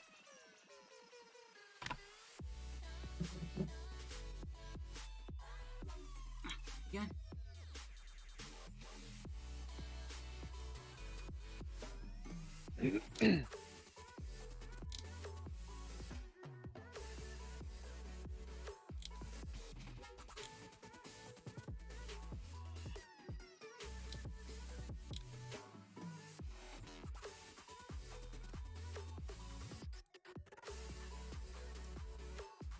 That'll do. Right, let's grab this image. You good? Yep, found it. Yep. Copy image. Paste. Okay. So those are the 3 starter cards that I own. I have the 3 promos. Okay. So we can at least start with, well, this is what your very first Pokemon's going to be. Spoke! How do you...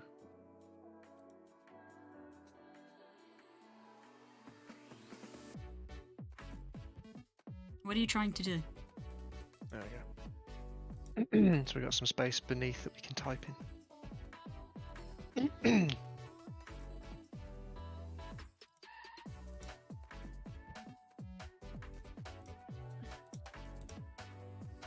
Apparently Google doesn't have any option to crop images. I was going to be like, can I just crop out the white bit at the top and the bottom? Probably not. No. Probably not. Oh, So no, if it's at the top. I pull out... Oh, there it is. It's not on the image options.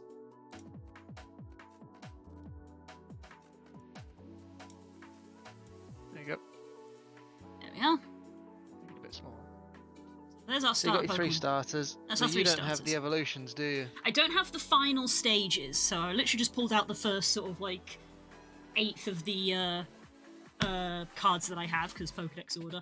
So I've got plenty of Ivysaurs.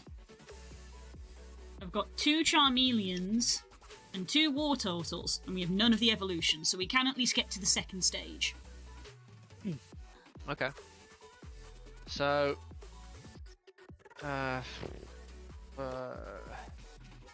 So, would we say, like, so this is going to be like part of working out the mechanics. So, in a standard deck, you would have like 2 or 3 of the basics, so that you can find them easier, and then gradually have less of the evolution. So you'd be like 4 Charmanders, 3 Charmeleons, but only like 2 Charizards. Because of just the sheer likelihood of like the amount of Charmanders that are going to get knocked out before you can evolve them is high, so you want to have multiples of them. Do we want to work in a similar way, or well, are we gonna? that's the bit we're going to have to address, is that finding the line between the RPG game and a deck builder is crucial, because the idea of the RPG is you start with just a basic Pokemon and that's it. leveling up and evolving and whatnot is part of the process of going through it. But if you've got a deck builder game where every single match is just you throw out the same Pokemon, you attach energy, you fight, it's just gonna be very redundant and very boring. Yeah. So we need some other elements to kind of reward you for progressing.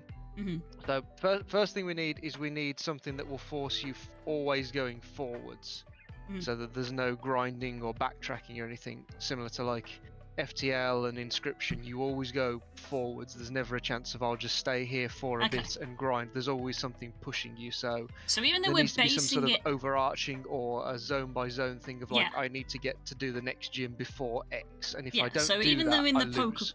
even though in the Pokemon game you can go backwards and forwards in the zones to level because that's part of how Pokemon games are, do we want to make a quote unquote map that is a bit like Inscription's map or whatever, where it looks like Kanto, but you can only go forward. You can only go from Route 1 to Route 2.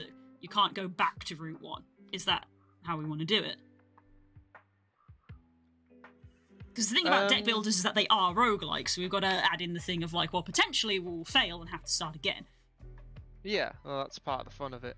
Yeah. I reckon that sticking with the original map is easier for people to follow and understand, but Yes. having like a time limit in terms of days, maybe we set it so that you can't just do the gyms whenever. Maybe it's the gyms are going to be open at a certain time, and you need to get to the gym and therefore win before that time runs out, and the gym leader essentially sort of goes away off duty for a while, and it's like, well, you'll have missed the chance to become the potential leader this year, so you have to abandon your journey because you won't be able to get the badges. Okay, so Something like that. we could do it a little bit like how things are done in real life, in that if like a league is a thing that happens over the course of a couple of months, you know, like the football league, you'll have the first round, and then you'll have the second round, and then you have the semi-finals and the finals.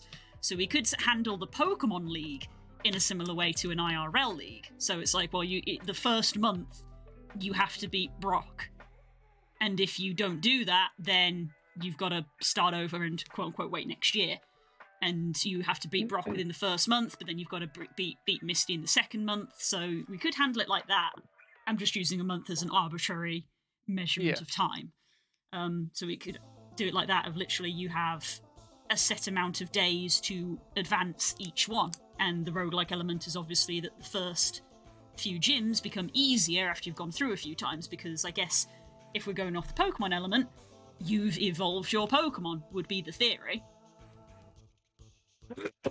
So, without getting too far ahead of ourselves, so we've got Pokemon League idea, time limit between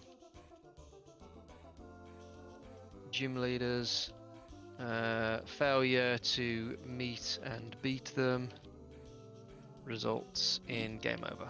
As well, so it's a daytime, nighttime, or a season start and season end. Yeah, like the season thing is kind of like what I'm saying. Yeah. Because you have football seasons, don't you? And you have So like that's the driving force that will be moving you constantly forward, but obviously not so constrictive that there aren't choices for how are you basically going to spend your time before. Because once you're in the city, you can just say, I go to the gym. That's it. There's no sort of like, oh, once I finish this one, I will automatically lose anyway because the time will hit zero. It's just when you're in the town, what activities are you going to do? You've got so many things that you can do. Either you can go out and try and find new Pokemon, which will also include battling them. You're going to go and take on some trainers, or we can have stuff that's available in the city, or there's the potential for events. Yes. So, God, my throat. You get some water, love? Yeah, I got water. So, how about... So we've got the driving force that's going to keep you playing the game and pushing forwards and not grinding. How about for the deck builder elements, something similar to what they did in the game, it's, you know, the Pokemon trading card game, video game. You have whatever your starter is and all of its evolution forms in the deck.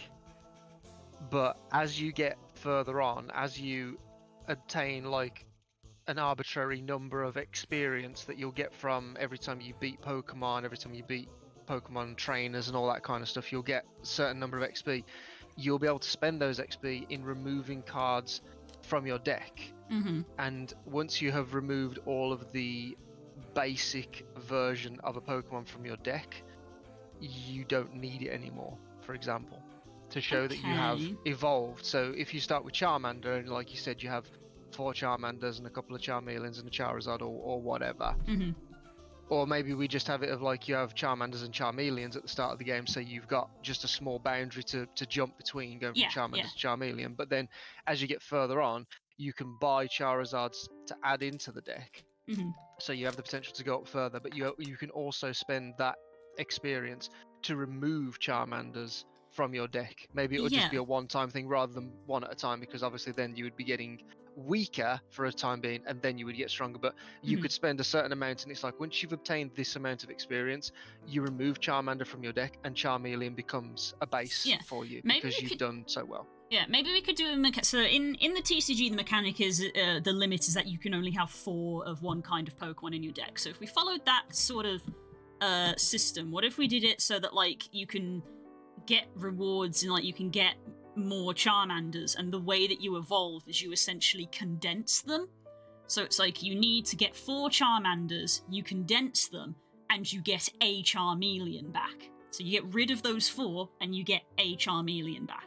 And then you have to do that again to be like, then you do that of like, you need to get another 4 Charmanders, you condense them, you get another Charmeleon, now you've got 2 Charmeleons. Yeah, so kind of like 2048. If you've ever played that. I have not. I must have seen that, the 4x4 grid where you've got like the number 2s, and when you put them together they turn into 4s, and then like more 2s spawn, and you have to then join the 2s together and then the 4s together, and the 4s turn into 8s, and like a merger game. A merger game. Charmeleon. Charmeleon. So yeah, I like the condensing system. Because that sort of does both of like, and it's I feel like it plays into the evolving system as well, of like getting multiple copies of a Charmander is symbolizing you training your Charmander. Yeah, that makes sense. So that's the sort of symbolism that's happening there. So I suppose something else to consider then is that if you've got a deck with a certain number of energy that we will come up with in order for you to spend and use on the attacks. I mentioned before that I liked the idea that you have to discard energy in order to use it, because that's how a deck builder works, in that you get a hand, you play whatever cards you can from that hand, and at the end of your turn you will lose all cards regardless. So you might as well use everything that you've got, because then you will shuffle them into the discard pile and go again, with the obvious exception in this case being your active and benched Pokemon. Yeah, a little like in Armello. Like one of the tips that you gave me when we were playing Armello, and I was like, I can never do anything. You were like, you hoard cards too much. You need to just use them and empty your hand so you can get new cards. Yes. So, but with that in mind, if you've got a deck with, say, like, 3 Charmanders, because you've not gained the 4th one in order to turn in order to convert into a Charmeleon, you'll then just have a bench, like you'll have 1 Charmander, 2 Charmanders, and 3 Charmanders out on the table. Would you rather go with that, in that you've now got a Charmander and the potential backups, or would it be the first Charmander is the actual Charmander that you sent out, and then every other one you draw is like a permanent energy that doesn't get discarded from it?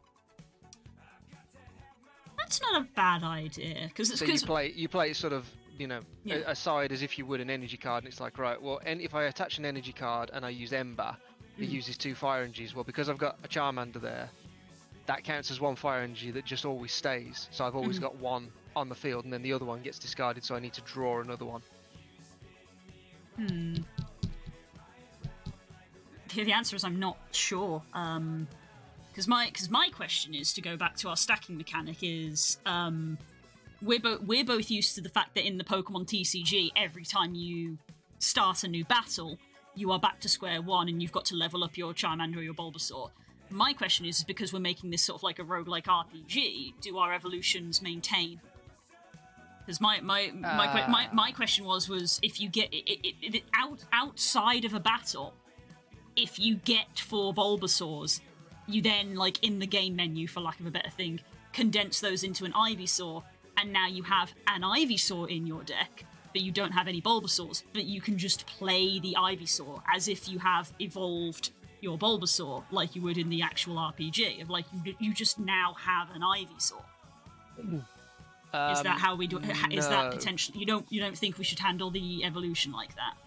No, I don't, because I think then it will get a bit stale a bit too quickly because like when in the RPG game, running around Kanto with your whole team of Pokemon, having the same Pokemon is fine because the game does move kind of quick. You go into a battle, you win the battle, you move on to the next one, you're looking for Pokemon stuff. But in the card game, it will be a much slower version, so it'll make it a bit stale. I think the idea of keeping your evolved Pokemon in their second stage, in the first stage, and then eventually the second stage, I think that should be a reward from a gym battle. Maybe once you obtain X number of badges, you automatically then like lose the base level of a particular Pokemon, or each time you earn a badge, you can do that maybe, or every two. Maybe Because we're going to think of like how now you've got Charmeleon. Yeah, because you want to think about how the advancement is going to be of like, if Brock has a Geodude and an Onix, and then you go fight Misty, and it's like, well, Misty has a Staryu and her Starmie. It's a case of like, well, is she just straight up going to have Starmie right away, or does she also have to level up? But then you get to the same issue of like, well, you're fighting Gym 8, it's at Giovanni, and it's like, well, he was meant to have a Rhydon, but because of the mechanics of our game, it's like, well, he has a Rhyhorn to start with, and it's like, well, that's not very hard, is it? Because that's... I think the important distinction that you have to make for these deck builder kind of games is that the rules that the player follows and the rules that the enemies follow should not be 100% the same. Okay, yeah, that's fair. I wasn't thinking like that. Because the TCG is obviously designed to be a duel. You have your cards and the opponent has theirs, but if they have to follow the exact same rules as you, you might as well just say you both just have a 60 card deck and just play the game as it is. True. If you want to change it into more of an RPG element, it's like when Giovanni sends out his Rhydon, it's just his Rhydon. That's it. Right. When she sends out her Staryu, she doesn't evolve it then into Starmie. That's just her Staryu, and that's the obstacle you have to overcome. Okay. So again, kind of Inscription-esque, where it's like, oh, I've got a wolf pup that has become an elder wolf, whereas when you're fighting up against the fisherman, it's just like shark. Yeah, he's just got sharks, and it's like, well, that's just what he's got. Pay some EXP to power up moves permanently. Example: a Charmander without a power card is weaker than a Charmander with a power card. That's kind of what Spook was saying. Yeah, having additional Pokemon of the same type, rather than you play a bench full of them, you would play them on top and get certain power-ups from there. And although I suppose you could use it in other ways, it wouldn't necessarily have to be like I'm going to use it as a permanent energy. It could be that I'm going to increase the attack. Yeah. I have 2 Charmander cards, so this is going to give me a +10 to the attack or something. I think I prefer that. Or you could say for health, or you could say I'm going to reduce the retreat cost, or -10 to weakness damage, or +10 to resistance. You're going to say I'm going to spend this second Charmander in a particular way. Never forget in Hearthstone there is a box and single player things which straight up steal from your deck. Oh yeah, I don't know, have you ever done any of the single player like Hearthstone stories that they did? A small amount of them, yeah. Yeah, I vaguely remember that. I didn't play a lot of Hearthstone because I was not good at it and it was very pay to win. But the single player stuff was interesting. As you say, the single player battles actually did have like mechanics in them, kind of like they were MMO bosses. So I suppose that is the element that you're bringing up, of the trainers don't follow the same rules as you. You did ask goes, I like your deck, I think I will take it, and then you play a very basic deck an NPC gave you. Fair.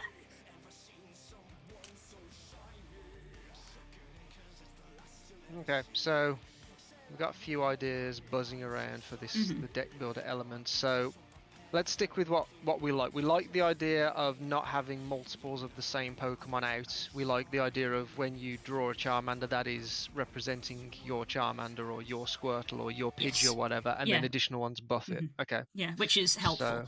So, I guess because it's a question that people might ask if they ever play, is those are the promos that I've got. They are statistically different from the non-promo cards that I have of Bulbasaur, Ivysaur, whatever. So, the promo Bulbasaur is 70 HP and has a 3 energy attack Vine Whip, which does 50 damage, which is the one that we have in the image. The non-promo Bulbasaur that I just got normally also has 70 HP, but it has a 2 energy attack, which does 20 damage, which is Leech Seed, but that also heals. So I guess it's one of those things of, like, if you draw a Bulbasaur that is slightly different from yours, I guess you just pick which one you want to use. Or it's like it's one of those things of, like, you have a choice of, like, I've got a Bulbasaur in play, and I've just drawn a new Bulbasaur, and my options are I either use it to power up the pre-existing Bulbasaur, or it overrides it, but I can't do both. The query I've got with that is if you've got Pokemon with different HPs. If you've got a Squirtle with 70 HP that has Bubble for 20, and then you draw one that's only got 50 HP but that does more damage. I don't know if such card exists, but just in this example, if you've already taken damage, how does that then transition over if you wanted to swap? I guess you would just keep it. Well, but that's the thing, is that if now it's like, okay, well, I'm now transitioning to 50, so does that mean I lose the 20 health, or I've already lost 20 health, so I would stay at 50? Then it starts to get a little bit more, or what if you're about to switch over to a Pokemon that has so much less health that you would instantly die? Then the answer is don't do that, because I guess it's one of those things where it's like, well, if your option is either to override it or increase its HP, well, that would, like, be doing the same thing essentially. Of, like, well, I'm not going to override because I want to keep the attack, but I'm going to buff my HP up. And it's like, well, there you go, you've buffed your HP up. But you could get a much greater buff if you replaced, rather than spending them to increase your HP by 10. If there's a 30 HP difference, then it's like, well, it's an obvious choice. I think it might be simpler to just say the first one that you play is the one that you play for this match, and then any additional one is then buffed on top of that. But if they have additional moves, when you spend them, you can say, well, the power up I'm going to get from this is the option of the additional move. Yeah, because you can literally have the card on your table and just slide it underneath. Yeah, but if you want to increase the HP or the damage of the current attack, you can do that instead, but that utilizes that card. And when you use these abilities, they would be removed from place. That you're not going to shuffle them back into the deck to keep drawing them, because if your deck isn't very big, you'll end up with some super godlike Squirtle, which then just wouldn't make any sense. It's like that's the point of, once you reach them in your deck and you draw them, you get a benefit that lasts for the rest of for the rest of the battle. Yeah. Even if you retreat and put them on the backbench and replace them, they've still got those abilities. You just need to have some sort of note to keep hold of them. So I like that. So duplicate cards are used to power up existing Pokemon in play. So we've got here's HP, here's a HP question that plus I've got 10 times what the base level. So if it's a basic, it's times 1. If it's stage 1, it's times 2. Stage 2, it's times 3. You know what I mean? Maybe it's one of those ones if where you've got multiple Charizards, it's like, I'm going to spend a Charizard to get 10 HP. Yeah, that's less. You make a good point. Is 30 enough?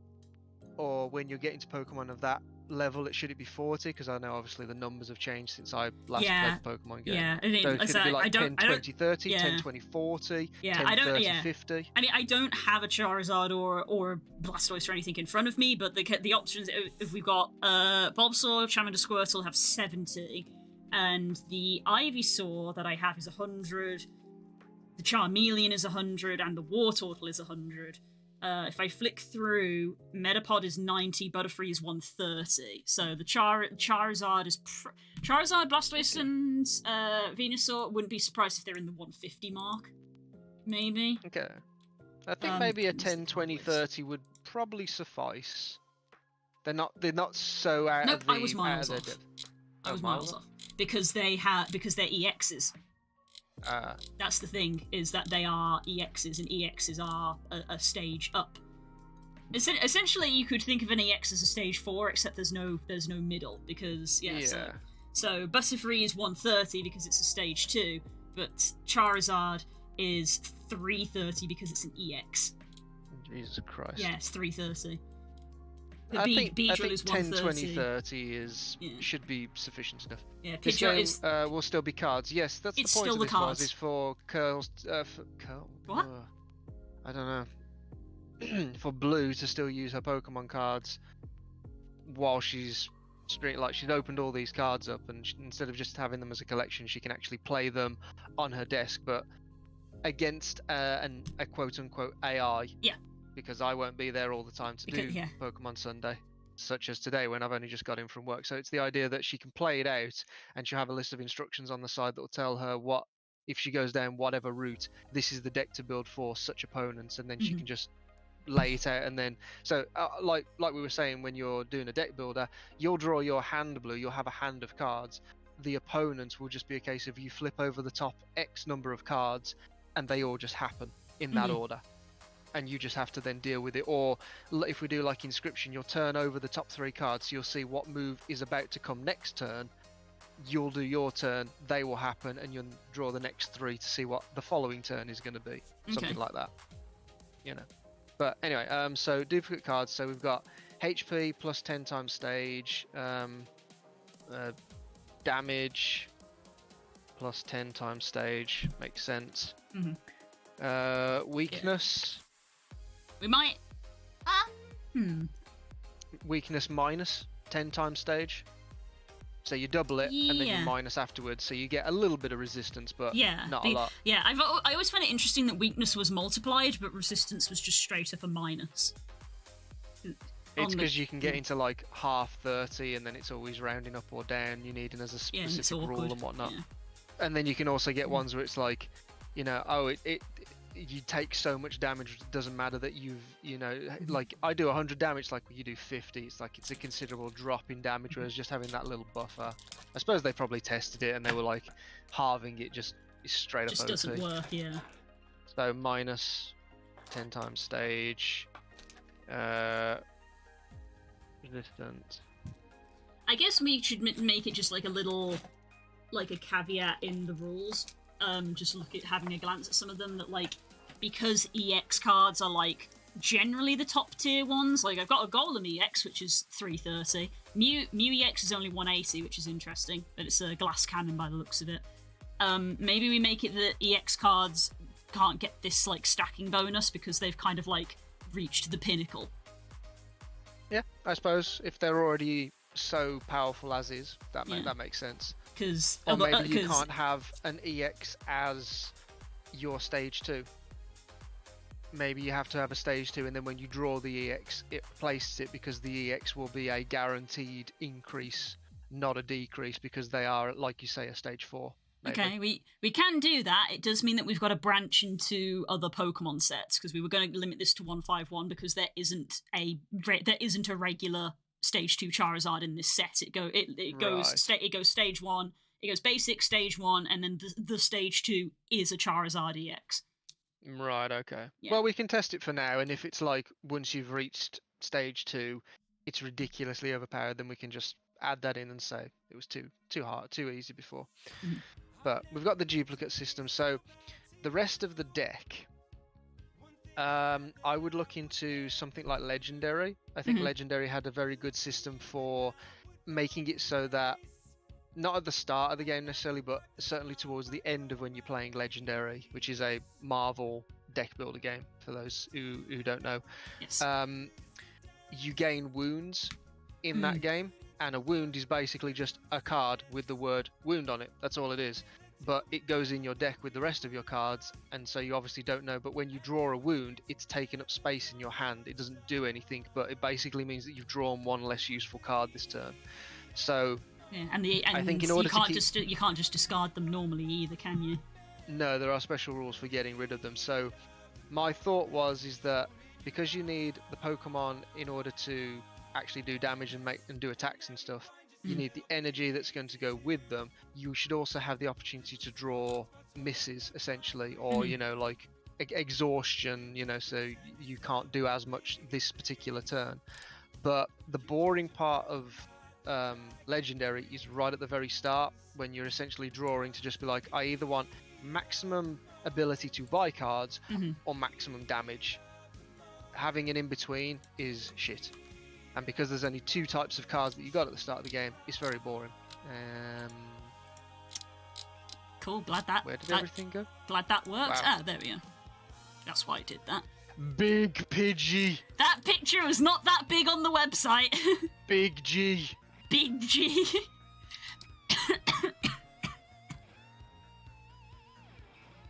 Oh, blue dying.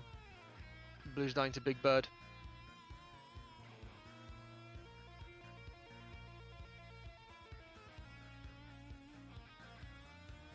I'm just gonna go check to see that she hasn't died. Hang on a sec.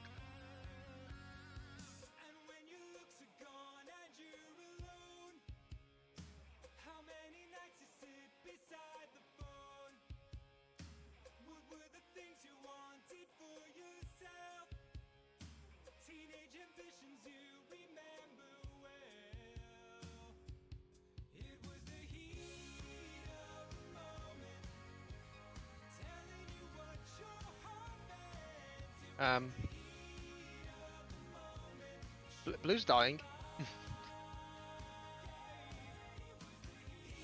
Apparently, we need to make Big G a emote.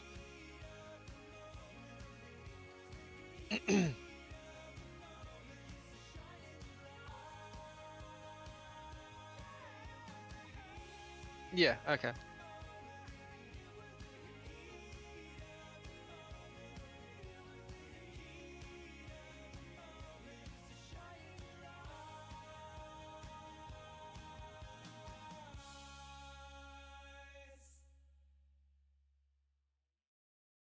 Okay.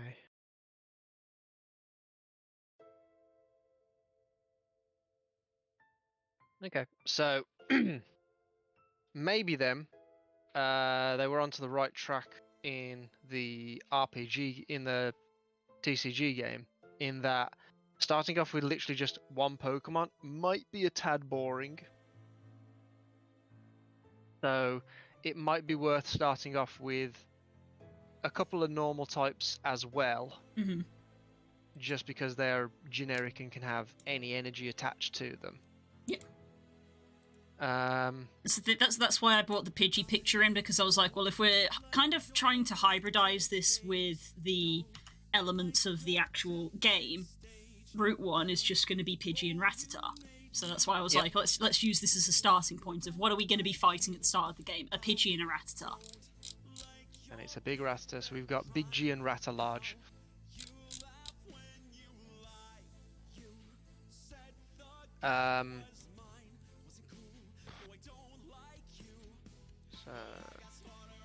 So that's our 2 Pokemon, because I'm trying to think if we can like sort of think up an example fight in front of me that I could literally like pull out with the cards that I have here. Mm-hmm. But we don't want to take away from the going out and catching Pokemon element to things. There's definitely some fun to be had with going out there and trying to do whatever a catch is going to be and seeing if you're going to be successful, because you obviously can't just grind and say, well, I'm just going to go out and catch until I catch one. Mm-hmm. You like the Nuzlocke element of like, we're going to get our first Pokemon here, we're not 100% sure what it's going to be or whether I'm going to get it or if I'm going to mess up. I was thinking the same thing. I was like, oh, this is a specific catch opportunity of like, maybe that's like an event that you can roll on the table or whatever it is that we do of like, oh, this next one is a catch opportunity of whatever it is. Or maybe you have like a stamina bar of like there's only so many. I guess it'd be the day thing of like there's only so many days that you've got, and it's like, okay, well, you can say what are you going to do? I'm like, I'm going to go out and I'm going to look for a Pokemon to catch, and it's like, okay, that's going to take 3 days or whatever. Okay, well, we'll put the deck building side on a pause for a minute. So let's look at like moving around the map. So can you bring up like a example map of Kanto for us? Sure, let me find a Kanto map. So my thought is similar to bits that you see in like Inscription and also from FTL.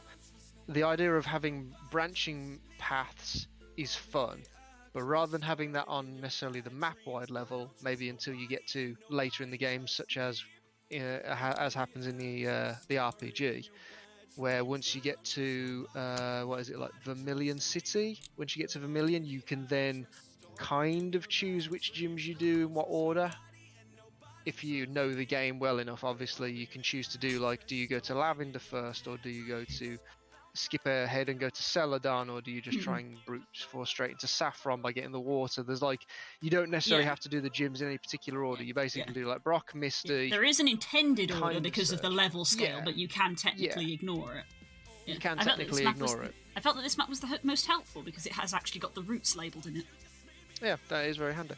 So, but my thought is that you'll start in Pallet Town, and the choice that you've got to go is Route 1 to Viridian City.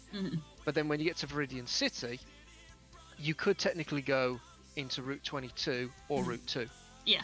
Because there is that little part of Route 22 that you can have a look in. Yeah, that little divot bit. That's where it's like, if you have a little like narrative bit going alongside it that you read out, essentially, it'd be like, well, you can go to Route 22, it's a dead end, you turn around and go back. Yeah, but there's the opportunity to catch lose 3 Pokemon. days because you But you can still catch Pokemon. And so this is where I'm thinking. So when you've got movement choices, if you are in a 10, you say, right, I'm going to go into this route.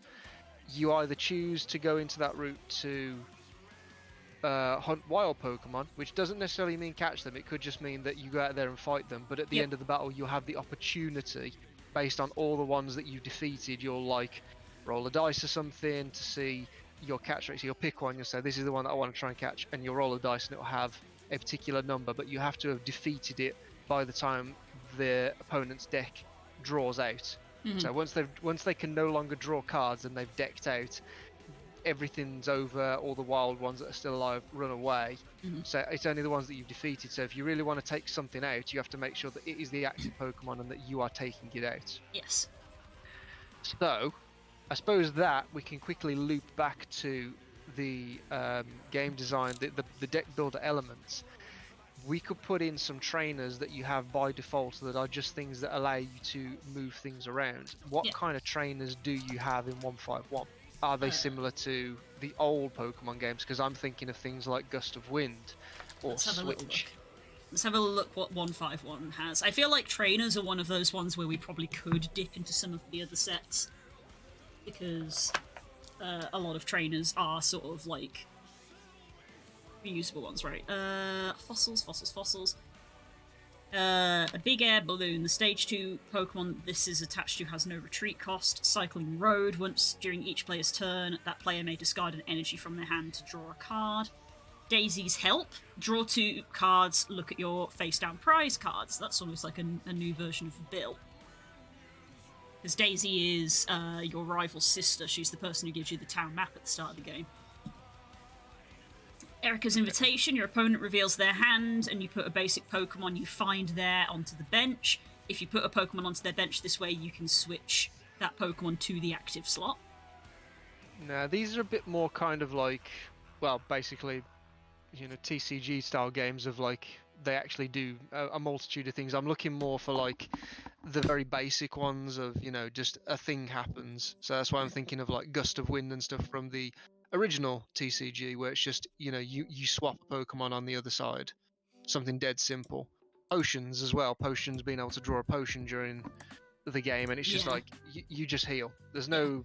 So these cards do exist, but they just don't necessarily exist in 151, because it's one of those things of like, well, the last set had a potion in, we're not going to reprint potion again because it's still valid. So this is why I was like, we may have to dip into other sets. What is Bill's transfer? Look at the top 8 cards of your deck. You may reveal any number of Pokemon you find there and put them into your hand. Shuffle the other cards back into your deck. Cycling Road I did. Daisy's Help. Energy Sticker. Flip a coin if head. Attach a basic energy card from your discard pile to a bench Pokemon.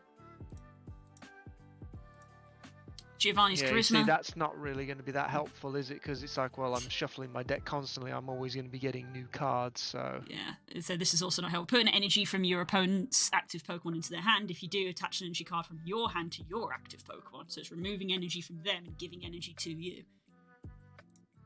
Yeah, we might have to branch out them for trainers, I think, because they're not fitting in with how I'm imagining the game playing out. Protective Goggles. This Pokemon has no weakness.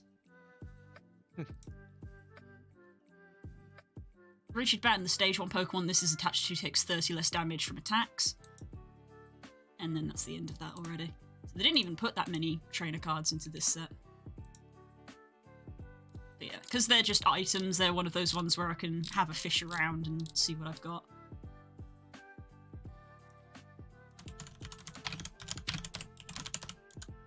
So, for example, I know there is a trainer card, Pokeball, but Yeah. we wouldn't say, oh, you need to have this trainer card in order to go out and catch Pokemon. We can just say, like, when you attempt to catch a Pokemon, because you're only going to be doing potentially 1, maybe 2 if you're lucky per gap between gym leaders, it's just you make an attempt to catch them, and that's it.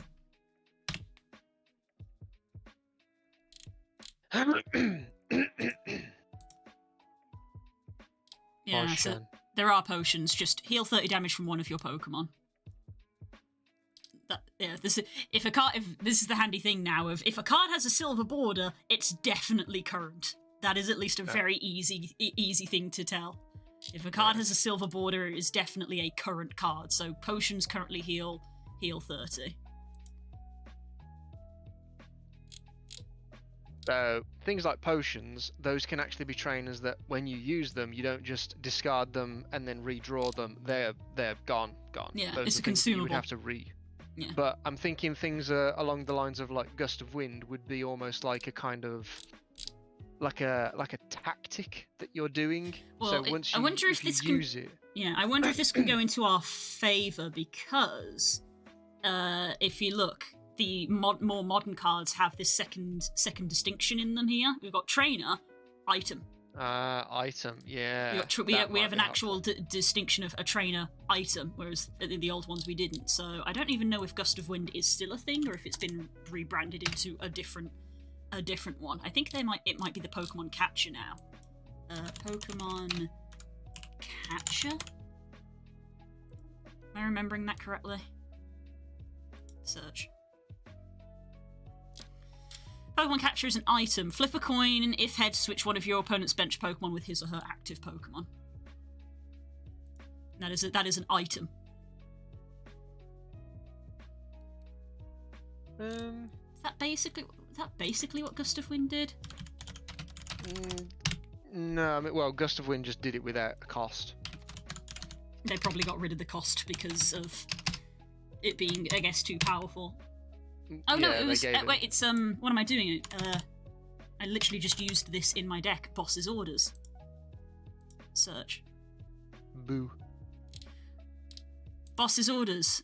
Switch your opponent's bench Pokemon with their active Pokemon. This is a supporter, not an item. There you go. So Has yeah. a red name. So supporters could be quite good in that when you start the game, maybe I don't know how many supporters there are, but maybe you can choose a number of them to put in your deck, and when you use supporter cards, they don't disappear. They'll just get discarded, and then you can redraw them in the same battle because they're useful. But an item will be something that is actually expended and gone. And there's the new bill, which is basically just draw 3 cards because obviously power creep is included in item cards. If the Pokemon are getting stronger, the trainers also get stronger to compensate. So it's not draw 2, it's draw 3 now. But it's in just the year 2050, draw 11 cards. Yeah. So the equivalent of Bill is also a supporter. Yeah. So those cards would make sense for a deck builder, because then it's like I drew 1 card, which is this new Bill, and I can spend that to get 3 new cards, which is more card draw, very handy. Yeah, 'cause all of these supporter cards are trainer names because they're supporters, so they're all associated with people. I mean, that can still be helpful, can't it? You know, the help from your friends and all that. It's all very fitting with Pokemon, so yeah, I think that's cool. Professor's Research, which would be a Professor Oak card, which Professor's Research is the hand refresh card. Discard hand, draw 7. I think that one. I think that is the one card that probably has remained unchanged since the old days. Yeah, there's a Professor Oak. I definitely have at least 6 of this card. Discard your hand and draw 7. So drawing 7 might be too powerful because we don't know how many cards are going to be in there. But it can essentially it means it's a hand you refresh. Hand. Yeah, you refresh your hand. Yeah. Your old hand was crap. You can spend this card and you just get a new hand. Whether that's 3 cards, 4 cards, 5 cards, whatever, it will just be that's a hand refresh. But yeah, those. So we've got trainers, item, Youngster. And the other one is Tool. Shuffle your hand to your deck, draw 5 cards. So the Youngster is like a weaker version of the Professor. So that might be a bit better. You're shuffling your hand into your deck and then drawing it. So yeah, that one's probably more fitting for our game. So we can get some of them. So the other card category. Refresh.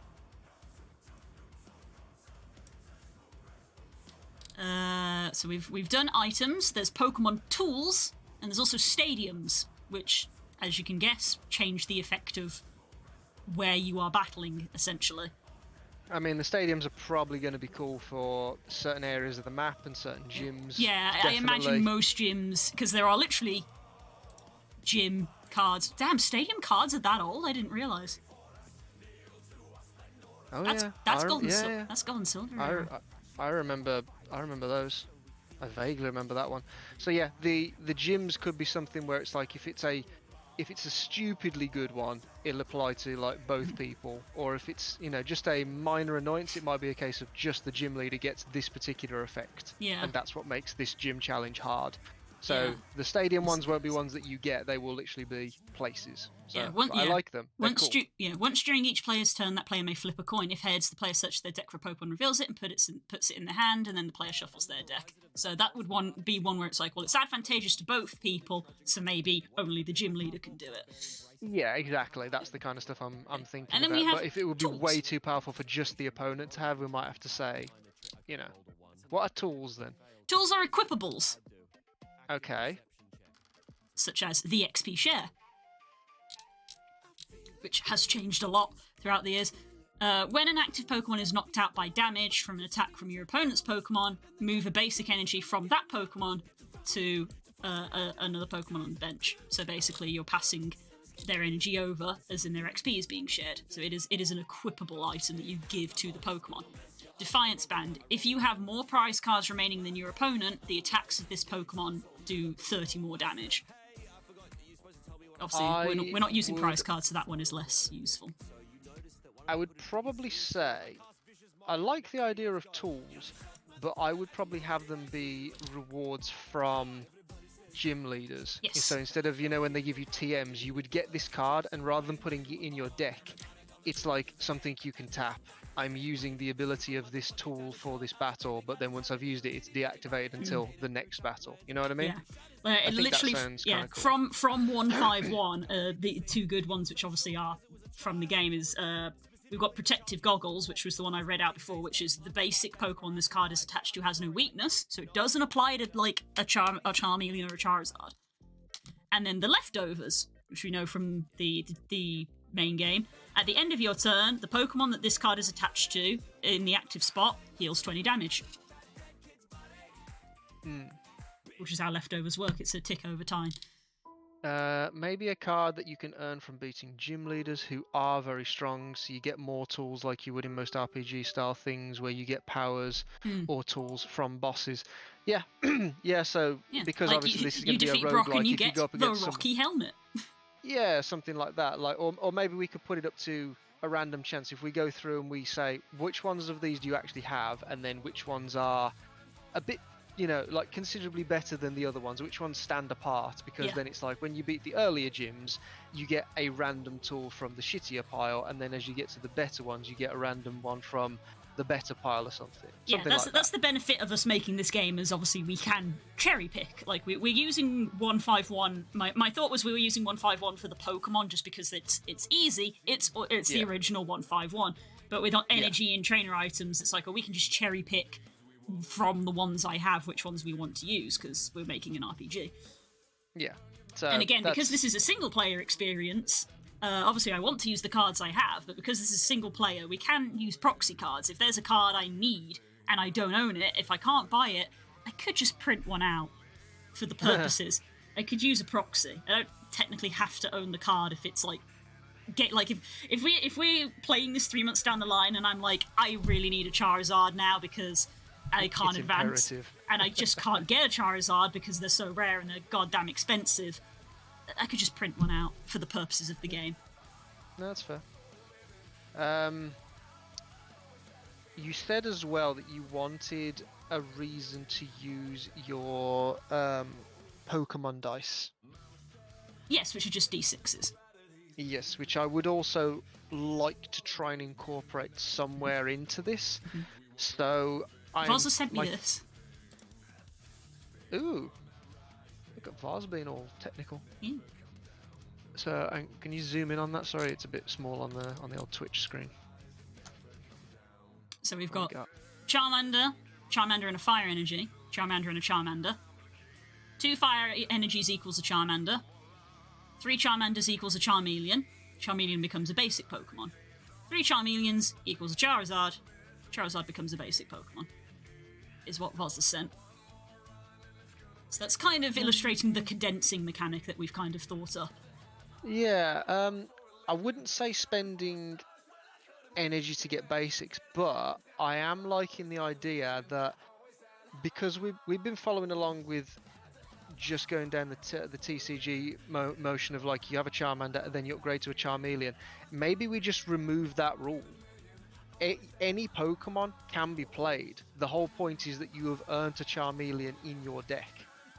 So when you play Charmeleon, okay. that either upgrades the Charmander if you've got it, but if it's the first one you play, then the Charmanders, because they're part of the same line, they will just upgrade your Charmeleon. That was but kind because of they're what basic, I was saying. then they're just times, so you're like, I'm going to play this Charmander and upgrade the health. It's still a basic Pokemon, so it's still just an extra. That was 10 kind of what HP, I but you said have the before Charmeleon. when I was like, "Oh, Yeah. do evolutions carry over?" That's kind of what I kind of meant. Of like, if you get a bunch of Charmanders and you save it up into a Charmeleon, that's when I was like, "Well, now you just have a Charmeleon, so you don't need the Charmanders."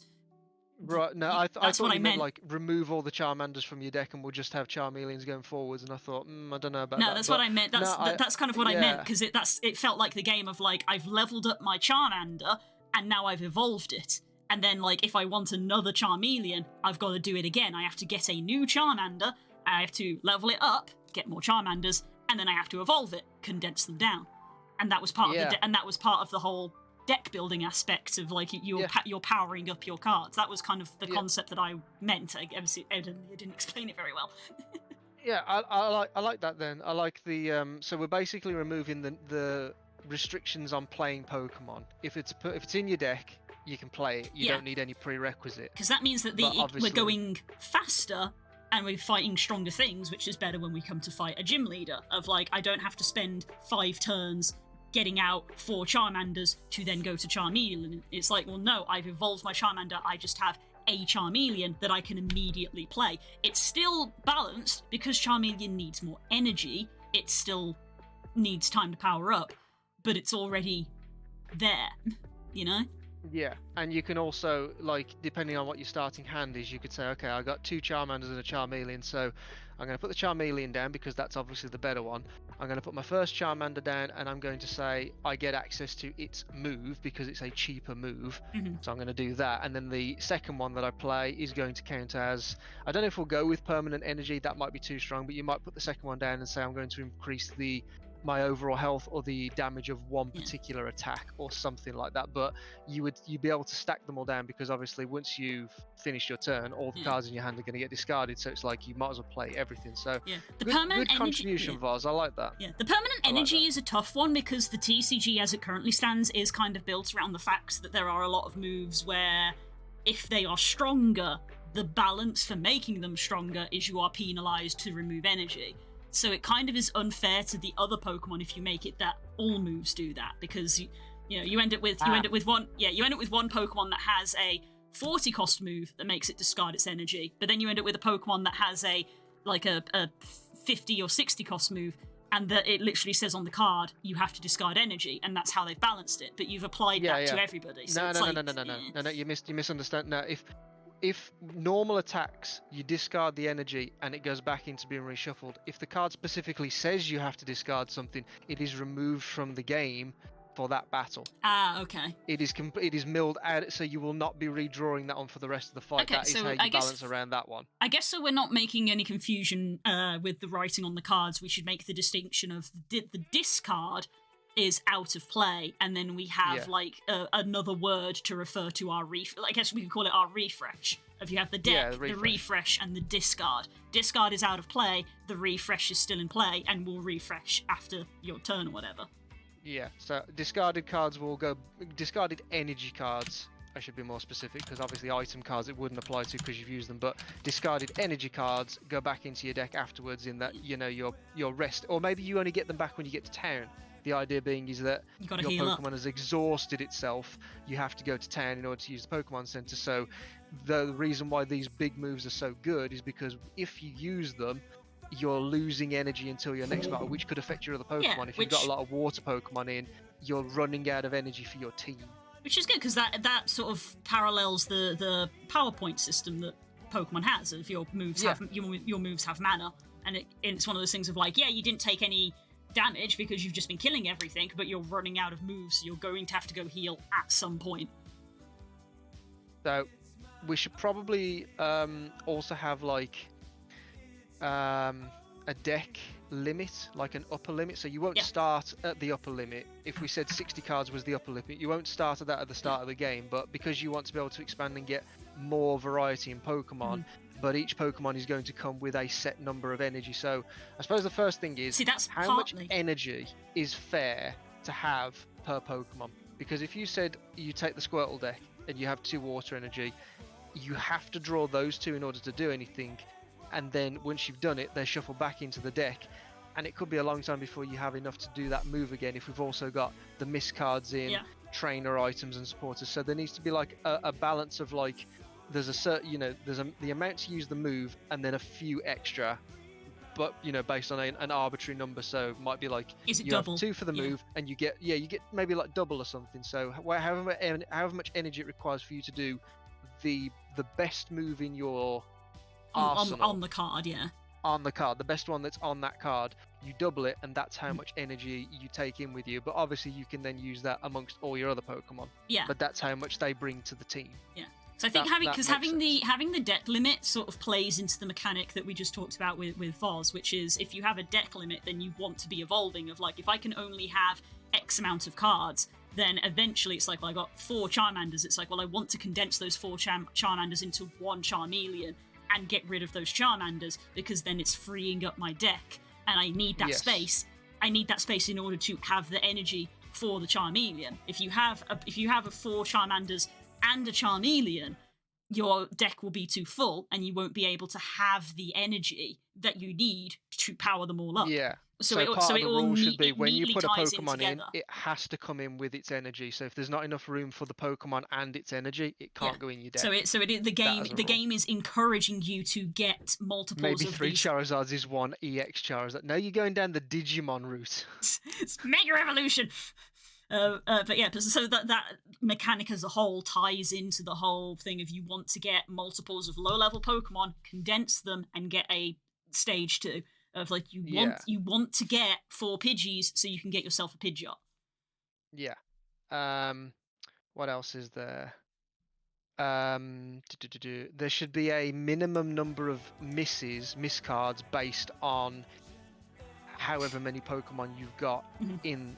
So for each Pokemon that you've got in there, whatever the cost of their move is, there's that many miss cards that are also added. So when you're building your deck, you're not thinking about, right, how many basics should I put in, how many energies should I put in, how many this, that, how many that. You choose your Pokemon and they automatically come with their energy cards and miss cards just added into your deck. And a miss card, I think we're going to use an energy card as a miss, but it won't be one that is valid for anybody. So if you've chosen the water deck, you'll get like lightning, but those aren't lightning energies. What I was thinking mechanically, because just for me as a person, just as a legitimate thing of playing the cards, is that any cards that I'm going to be playing with, I'm probably going to sleeve up. So anything that is a miss, a miss card, I was just going to have be an energy card put in the sleeve backwards. Because obviously, so that if you have it in the sleeve, the back is the sleeve design, so you can't see what it is, and then you draw it, and it's just the Pokemon card, and you're like, "Fuck, that's a card that doesn't do anything." I was going to utilize having card sleeves for that. Yeah, that's better. I like that. What's that? But you could look at passive buffs, which are not played cards like other single-player deck builders I've seen, i.e., the cost of your cards are reduced by 1, or a cost of cards reduced by half, but only play X amount per turn. That's a stadium, is what you've just described. Kind of, but no. I think Das is more implying like things that you carry around with you after you've beaten gym leaders. Like when they say like all Pokemon up to level 30 will now obey your orders and stuff. Something that you take with you. Ah, So we were looking at the tools as one option. yeah, But I don't know of like any the others that we goggles. can do without making them too powerful Yeah, too quickly yeah. You get because given the we're goggles, your using Pokemon has no fairly small weakness. numbers. Yeah. So that could be one where it's like you have that tool in your arsenal, and at any point you could say, I'm going to use that this turn. So for this turn, I'm considered to not have a weakness. But once Mm. you've used it, it's used for that battle. So it doesn't become OP because removing weakness from a card can be very clutch. It can be So, in but specific fights because obviously it's Pokemon, so it's one of those things where you're like, oh, literally, you've gone up to Misty and you're like, well, I have a Charmander deck. Time to use my yeah. protective goggles. But you want to use it on the right move, when they're going to use the move that's going to wipe you out so that you get the best action economy. Yeah. I'm on the same. I'm thinking the same thing for Das. Write it down. Write it down. What did I just say? Legitimately, if I was looking at other deck builders for inspiration, like Hearthstone, yeah. Yeah, I think Inscription has been like a big inspiration. Was I think the sort of initial kick that we had of like we saw it Inscription and we were like, this would be cool for Pokemon. So gym leaders will have associated stadiums, which and equipment potentially may affect.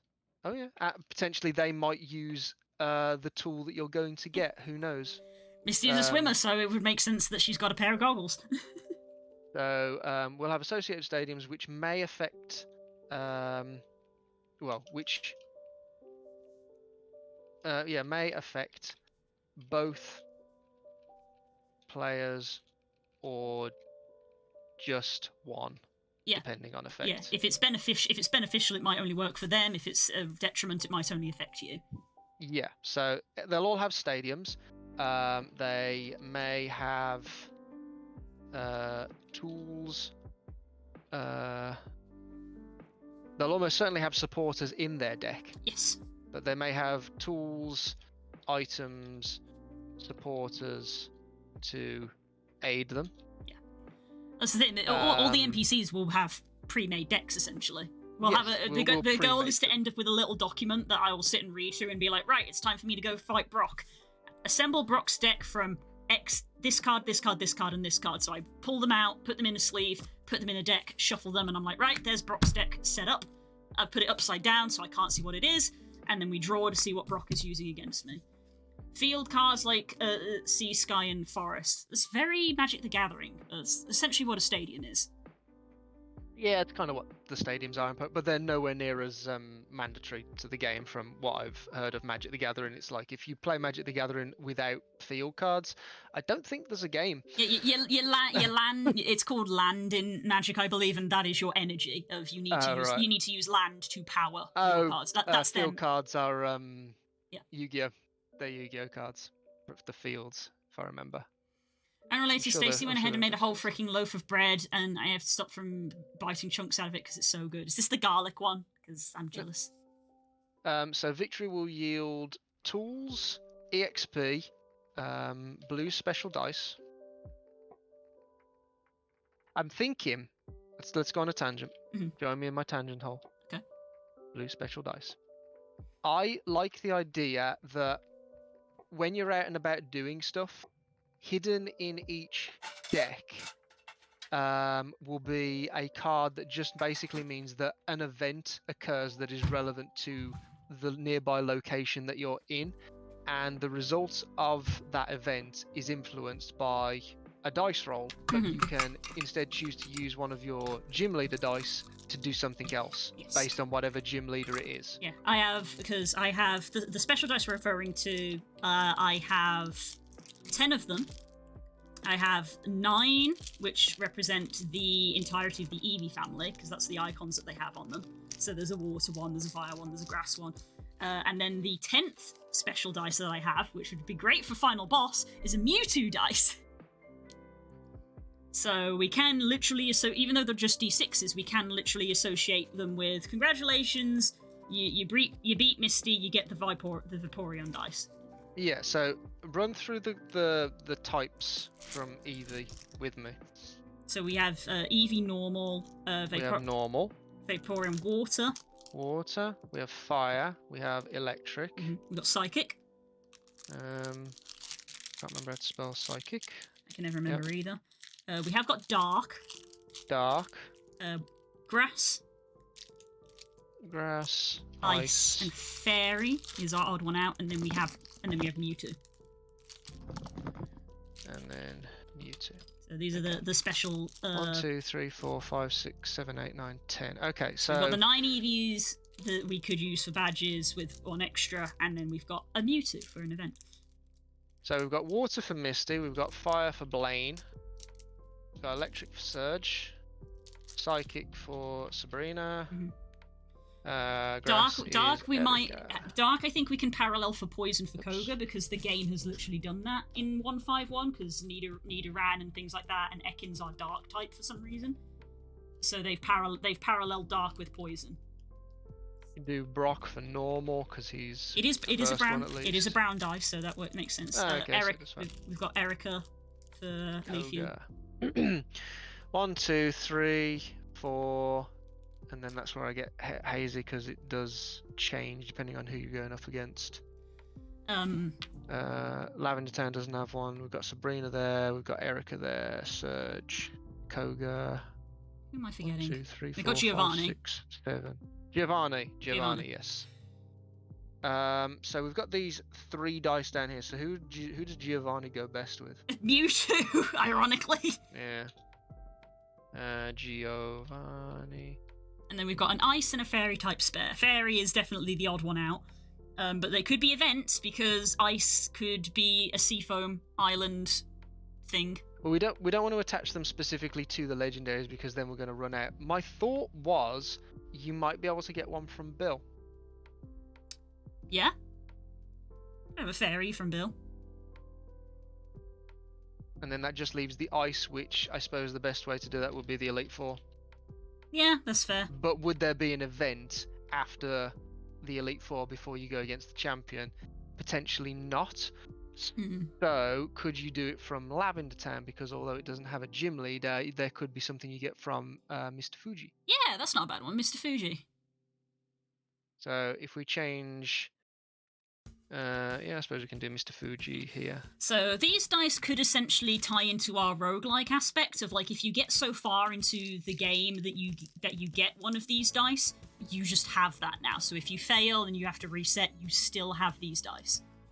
Okay, that'd be kind of cool. So because the idea of the roguelike is it gets easier on the next run because you keep some of the stuff that you had from the last run. And if we don't want to keep it, like, I don't know if we are going to keep the Pokemon yet because we haven't discussed that. Are these dice a nice parallel for that and a good landmark of you beat a gym leader so you get one of these special dice? We haven't decided what they do yet. Ooh. Well, having said that then, because if you were to fail at, say, Misty and then go again, you'll fight against Brock and then Misty, which means that there wouldn't be a chance for you to get new dice. Should it just be that when you beat a gym leader, you get a dice for you get a dice from them for the rest of the run, but then when you fail the run, you only get to keep 1 dice that you can take back with you, and then we just treat each dice differently and that they will affect events in different ways. Maybe, yeah, actually. Instead of them being like a resource, because they are colour-coded, we could make it that the individual colours do actually do a specific thing, and then it's a case of like, you need to pick which colour you're keeping. Yeah, but then when you're in the game, when you get an event, we'll have a little table at the side that says, if you roll this dice and you roll this number, or if you get the special face or whatever, it will do something different. So you can look up on the chart and think, which dice do I want to use and how lucky do I feel? How is this going to affect this situation, kind of thing. Yeah. I suppose it's one of those things where you want to say that in theory, the dice that you get later on are better. So that if you have to reset, you have access to the better dice. Because again, the roguelike aspect. I don't know, because it depends on how we have them interact with the events. It could be something as simple as getting a re-roll on an event, or it just adds a certain number to it, or maybe they're type specific because they are type coded of like if you do a Squirtle run and you get up to Erica and then you lose because she's grass, it's like, right, well, I've got Brock's dice, Misty's dice, and Surge's dice to pick from, and maybe you think, maybe I should get like Surge's dice and try a different type. So I've got an electric dice now. It does something electrical. Who knows? Of like, oh, I'm gonna get a Pikachu from Viridian Forest, and I'm gonna try and do an electric build. Dunno. Because we can use them for rolling, but we could also use these dice as they do in Magic the Gathering as a spin dice if they're a counter of some sort.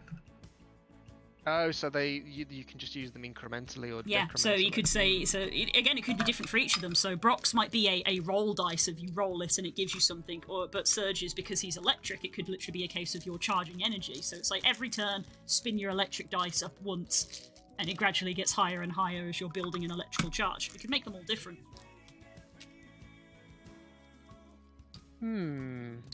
Or what about if we associate more types to them so we cover the entire, or we change it so that each dice corresponds to one of the cards types, and you can then simply roll it, see if whether or not you can gain a Pokemon of that type. Yeah, that's a thing as well. You don't have to attempt to catch it. You roll it, and if you get the special face, you will be able to get that Pokemon, and then you've used the dice up for that run. Okay. You have a 1 in 6 chance that every event you basically get to roll it and see, do you add that particular type. Just thinking of how to try and keep it simple but relevant. Yeah. You know what I mean? So like, if you get a random dice, you don't know who it's for, but for things like we've got normal type, we've got water, fire, electric, psychic, dark. So what are all the types in the I don't know if type is the right word, because obviously, you know, like fighting covers fighting and rock and that kind, but what are there in the Pokemon trading card? So we've got white. Yeah, colourless. Colourless. Yeah. Colourless? Grass, fire, water, colourless. Hang on. Rather than grass, it's green. We're doing by colours. So we've got green, red, blue, yellow. What else have we got? We've got a purple. Purple.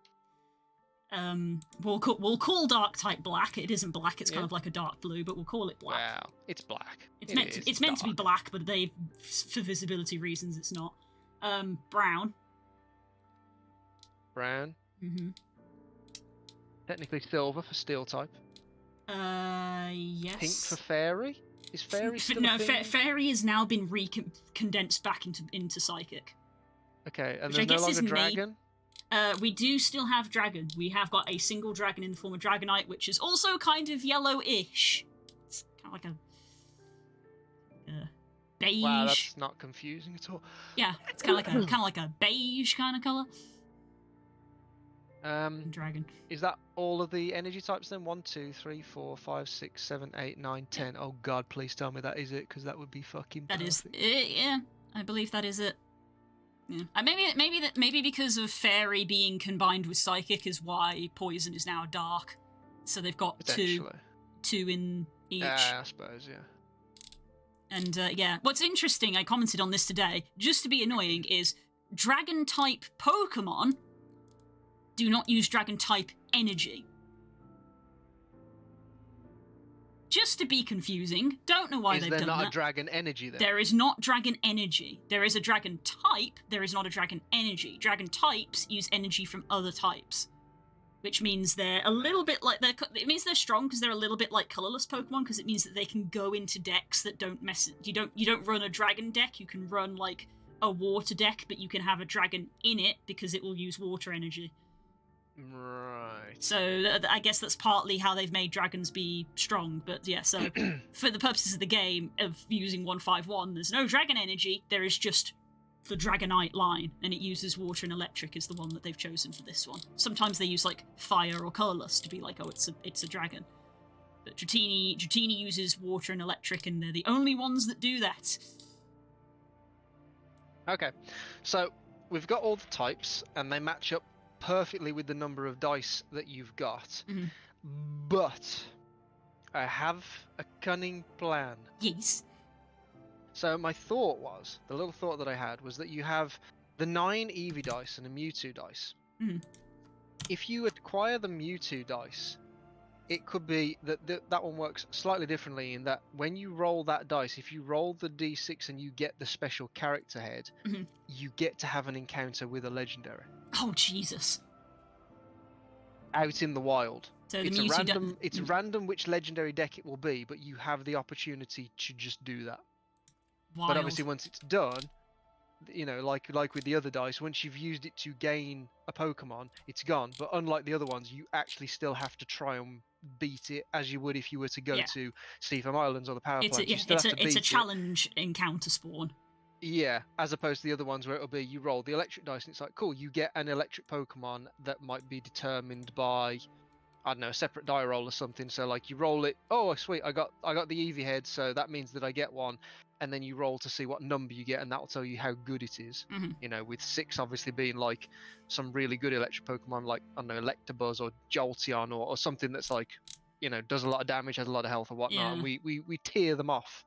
How does that sound? Yeah, we can make a little chart to be like, you know, you get Pikachu, or you get this, or whatever, or Yeah. Magnemite, or you could even tier it of like, you know, 1 is you get 1 Magnemite, and 2 is you get a Pikachu, 3 is you get 2 Magnemites, and then 4 is like you get a Magneton. Yeah, something like that. So let's tier them up into what dice is going to do what color on the thing, because obviously we've got 10 colors. We're now going to need to combine them. So like dragon is probably going to get combined with maybe colorless Yeah, because they're such a fucking weird one. yeah. Dragon is such a niche because in this instance, dragon purely means Dragonite is what that means. Colorless dragon equals Dragonite, And then we've got legendary. which is Mewtwo. So legendary is going to be the Mewtwo dice. Mewtwo dice equals legendary. The black one is, we'll call them by the Eevee names because So that's you'll know an them from Umbreon. the Eevee things. So that's Umbreon's dice. Mhm.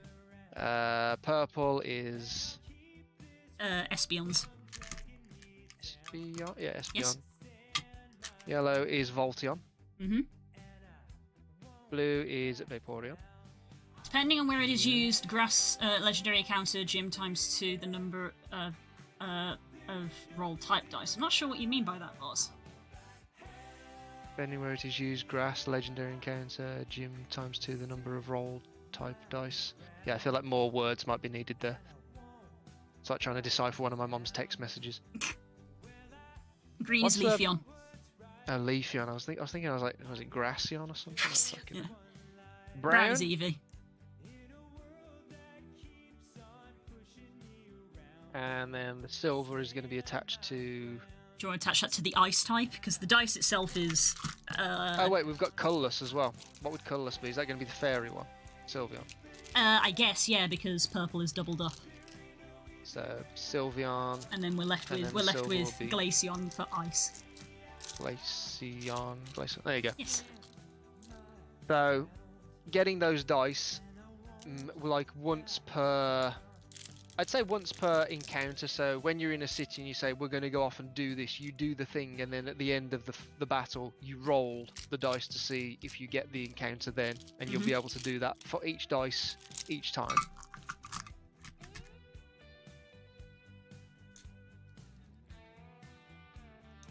There we go. So those are the special dice. But when you beat a gym leader and you get one of those dice, it's random. You'll just put them in a bag and you'll draw one out and you'll be like, cool, I've now got this particular one to try out. Neat. And will we That put in keeps the it thing nice to and say that if you fail the run, you get to keep one of them? Yes, so failing a run allows you to keep one die for the next run. Do we want to exclude the legendary one from that? Maybe, yeah. You don't want to bump into Moltres on Route 1, because that's probably going to be an instant fail. Yeah, except legendary. That makes it fair. Yeah, because then that way the other ones are you roll and you could just get a free Maybe instead of carrying the dice up, maybe you should just have it that your next deck just has a Pokemon from that type in it. Mm, Blue, you alright? maybe, but it's a little too. Instead of having to roll to see do I get it, it's like you're gonna start with one of that color. You still have to roll to see how good it is. So you might get a 6, and you might get a really good one of that type, or you might get like a 1 or a 2. I don't know. What do you reckon? Maybe that's one of those Or ones. would you prefer to carry the dice and be like, I have the chance to get it earlier on if I roll that 6, and I just keep going through with it? I think I like the idea of hanging on to the dice. You like the idea of hanging on and getting it at a later date potentially? Okay, Maybe, keep it yeah. as that then. So another one so of we'll those go with ones that that for we'd now. have to test. In fact, I think a table would probably do well here. So we want it to be 10 long and 7, 8, like that. Actually, no, we want one above.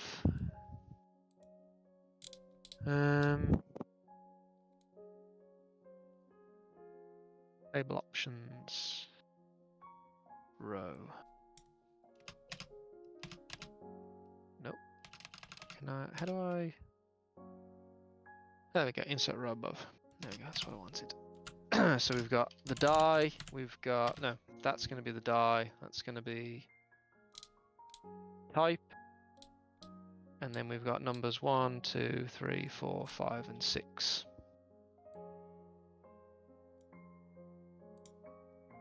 I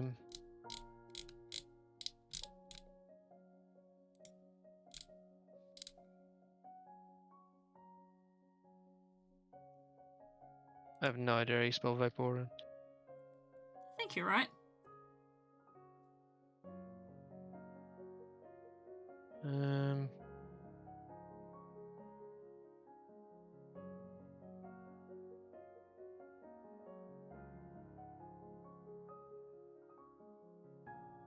Espeon, Umbreon. Leafeon was next. And Glaceon. You cannot spell. You'll have to double check these. Yeah. Sylveon. And then the Mewtwo dice. Mewtwo dice.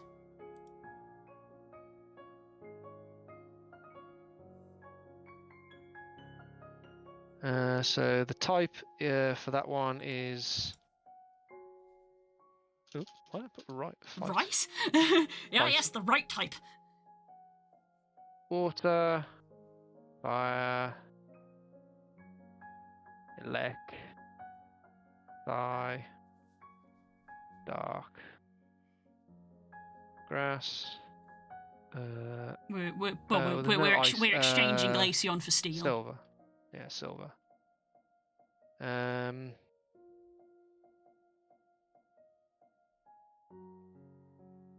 Colorless and Dragon. And Legend.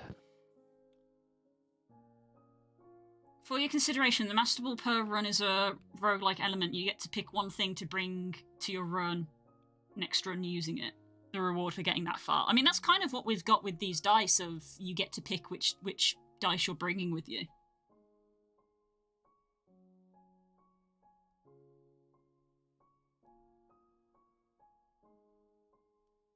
We don't need that anymore.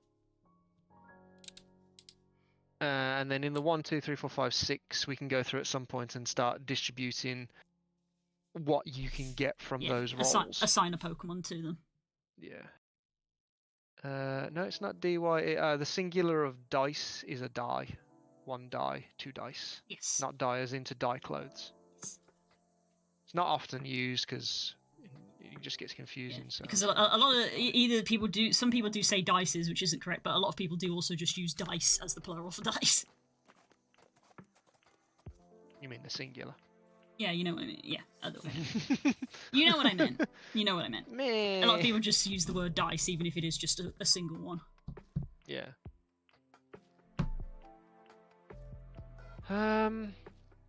Okay, we've got a good start. Got a foundation, but I feel like we need to sort of go back to the start a little bit of the actual like deck building things of the core mechanic of like. So if I start a game, how do I start a game? Do I get given, you know, a chart? Is it literally like I get given a Charmander and some energy, or do I get given a starter deck which is like 2 Charmanders and a Rattata and some energy? Like how do we start to shape the game? Do you want to make that like a new chapter almost? Well, no, because this is still in the card setup thing. Because it's basically when you start the game, you are building a deck. Yep. That is essentially what you're doing. Just building essentially the crappiest deck that you're going to have. So, if you were to choose a Charmander, you would automatically start with a Charmander, 4 fire energies and 2 misses. Because that is what we've agreed upon that would come with it as the kind of.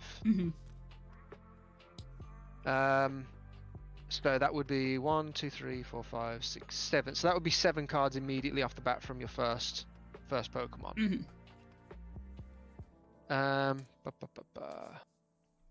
You would obviously keep drawing until when you're in a battle situation, you would keep drawing until you get your first Pokemon. Other, following the normal Mulligan rules, you have to have a Pokemon out in play. Yes, you have to have something on the board.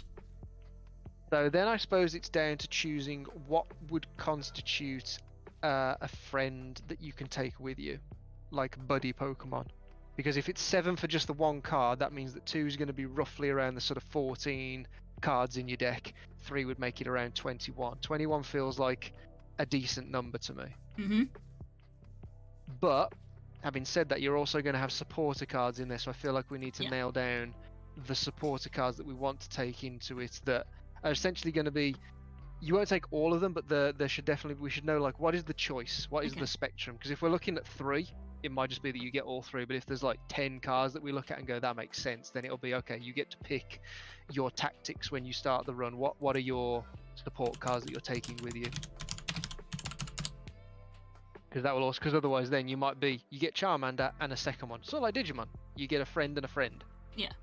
You've got the favorite and then the other one. Yeah. Do we, I wonder, just for the sake of like hand limits and stuff, do we actually implement a thing, because we're doing this condensing system, if you get a bunch of Charmanders and you condense them into a Charmeleon, do we actually make it a rule, like in the Pokemon games, where you only have 6 Pokemon in your deck?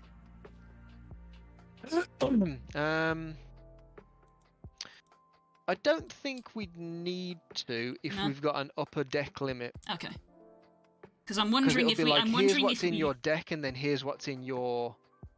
Here's like in your backpack of. Yeah, like, that's what I was going to say. I was like, are we going to deck. have sort of like a storage and a bag system where it's like, well, you've won these cards, but you haven't put them into your deck, so you can so you can like take a step back. Each town. In a town, you can take a step back that. and access the PC and be like, okay, I'm gonna. And maybe at the PC and in town is where you do your condensing. It's like, okay, so I own 5 Charmanders. 4 of them are in my deck, because you can only have 4 of a Pokemon in a deck. So it's like, right, well, I'm going to condense 4 of those Charmanders. That gives me a Charmeleon. I'm going to put the Charmeleon in my deck. I'm going to remove the spare Charmander and put it into my storage and hang on to it for later, kind of thing. Yeah, yeah, that could make sense. Because obviously, if you were to put 4 Charmanders in your deck, and they each come as a 7-card set because they come with their hits and their misses, that's 7 times 4, which is 28. That's 28 cards. So that's half your deck just from having 4 Charmanders in there. So having another 2 basics in there, that would put you up to 42. My math's correct. I'm very tired. 28, 38, 42. Yeah, so that would take you up to 42 cards, then plus any trainers or whatnot that you had in. So yeah, that sounds like it kind of fits, doesn't it? Yeah. Oh wow, Macho.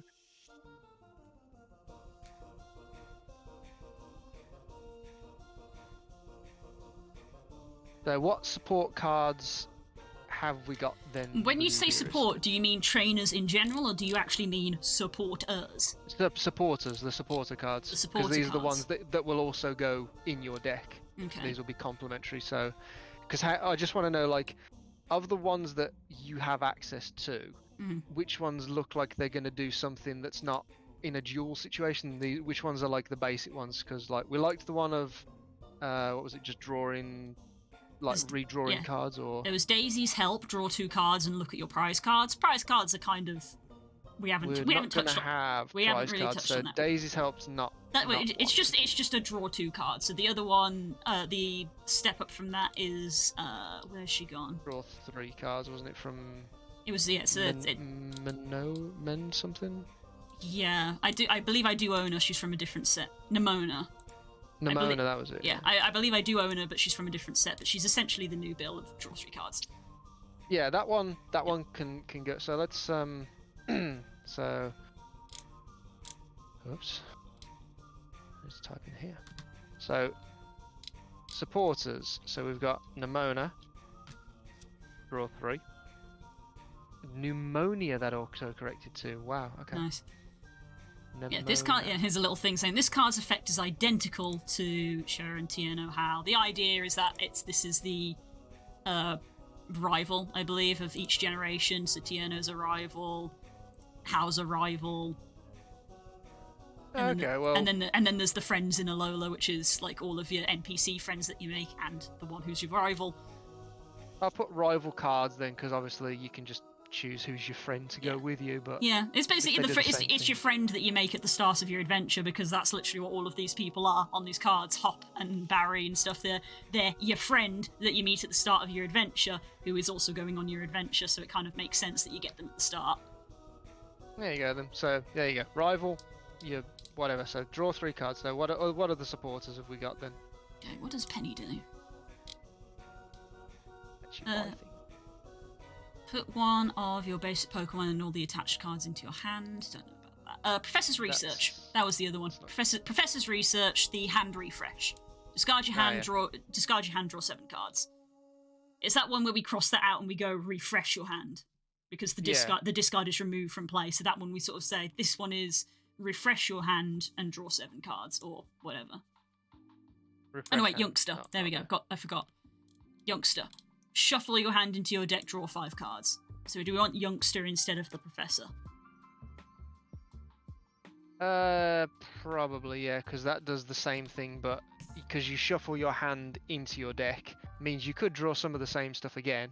Yeah. So it's not 100% good, but it's got the potential. So It's a starting card. shuffle and refresh hand. There you go. Mhm. Youngster. So that's the second one. What else we got? What does Arvin do? Search your deck for an item card or a tool card, reveal it, and then put it into your hand. Shuffle the deck afterwards. That could be useful, not for the tools, because obviously the tools are going to be separate. But if you need a potion, Yeah, it's to search for an item card, basically.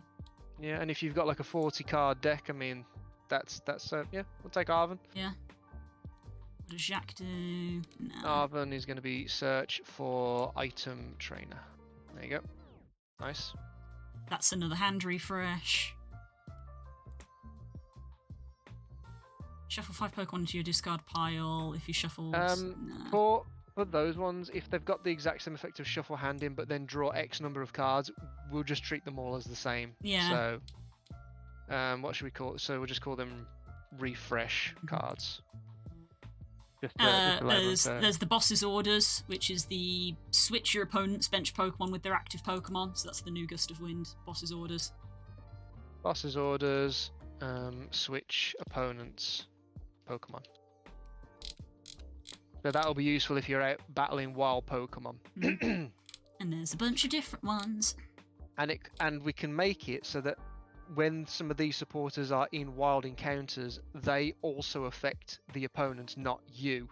So that's how Pokemon will switch up of like, oh, you drew a boss's orders, so the active Pokemon that is currently out is swapped with one of the bench ones.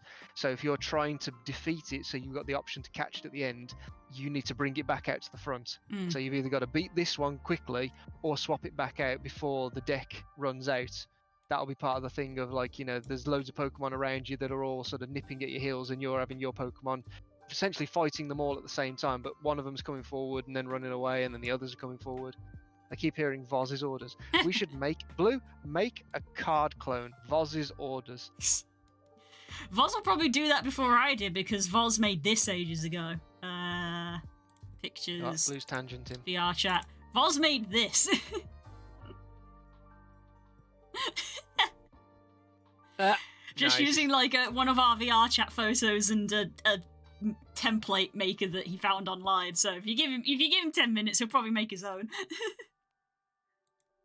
I am in the game now. I live here now. You do not have resistance to lightning. You're up in the sky. Falconer, draw 2 cards. If you have a stadium in play, draw 2 more. That seems like a gym-specific supporter, doesn't it? Yeah. So So- not one for us, so we'll No, ignore that one. Make a mental note of it. Giacomo, Grusha, Iono. I'm just looking through now. Discard a special energy. Draw until you have 5. Nah. Each player shuffles their hands and puts it at the bottom of their deck. If either player put card on the bottom of the deck in this way, each player draws a card for their remaining prize cards. We're not using prize cards. Nah, it's a bit. There's It's boss's way orders too wordy again. for the kind of stuff we're looking Yeah. for. Choose up to 2 Pokemon and heal 50 damage from them. So that's like a super powerful potion.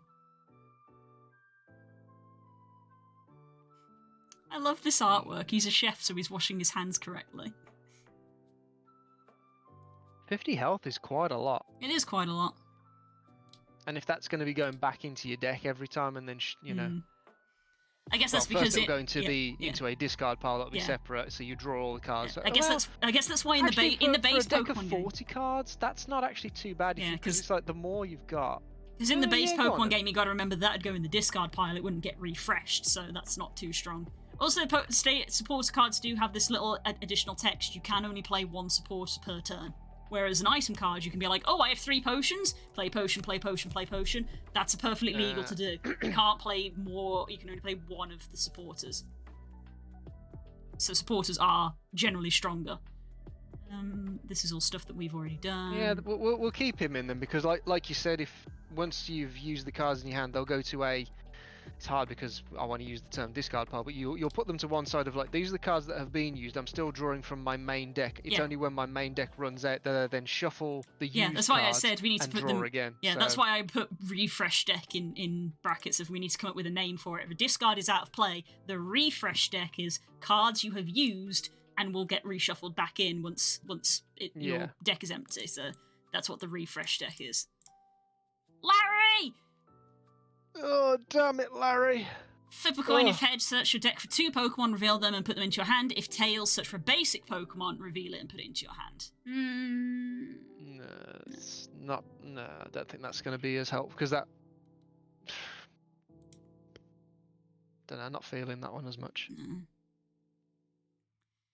This is another gym leader one. Funnily enough, also a gym leader like Falconer was. Draw 2 cards. If your opponent's active Pokemon is an EX, draw 2 more. That's another gym leader one. You're not going to be going up against any EX ones, so Yeah. bit of a niche one, unfortunately. Not for a while. Like late game gym leaders might have one. Giovanni might have like a Golem EX or something, and you're going to be like, ah.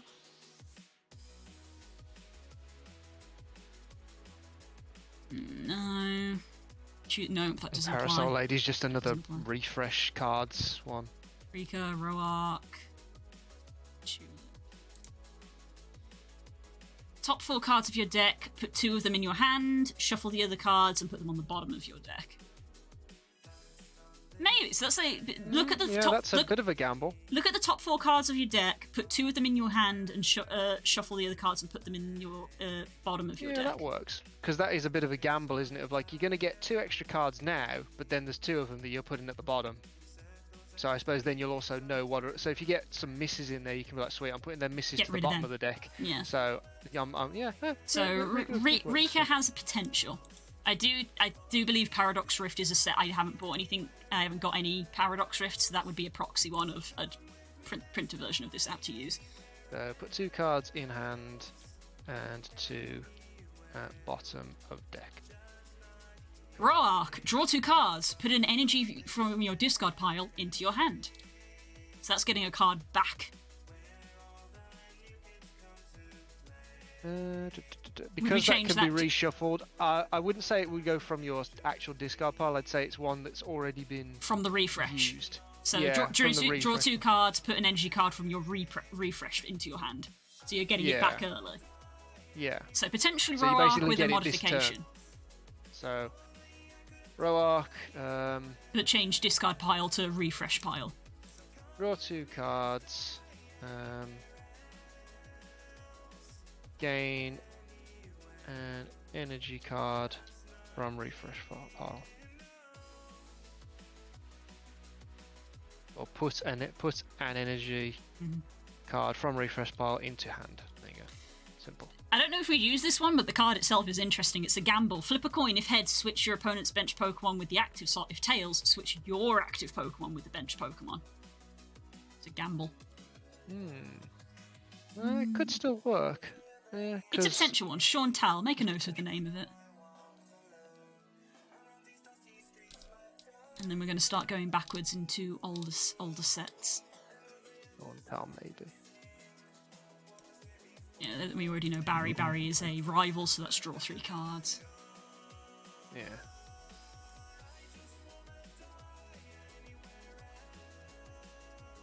How many have we got now? We've got 7 confirmed ones. Okay, that's not bad for the start of the game, I feel. Yeah, it's that you would have a choice, I would say. out Yeah, of you'd which only of those 7 pick you wanna so go many for. of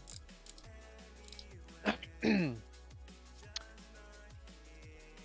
So if we said that you started with 2 Pokemon, so that's roughly going to be around 14 cards for the 2. If you get 2 supporters, that takes you up to 16. And then if we say that you might get like the potion item, because it's the start of the game, it's a shout out to the actual RPG of Yeah, you get a potion, you get a so that would potion. take you up to about 17 cards. So we don't want to be because it's a deck builder, so you don't want the deck to be too full of stuff at the start. The idea is you're gonna get stuff. So having Saguaro for heal 2 Pokemon for 50 damage each. Maybe that's a later game item. It sounds too. I'm trying to work it out in my head of like it sounds too powerful.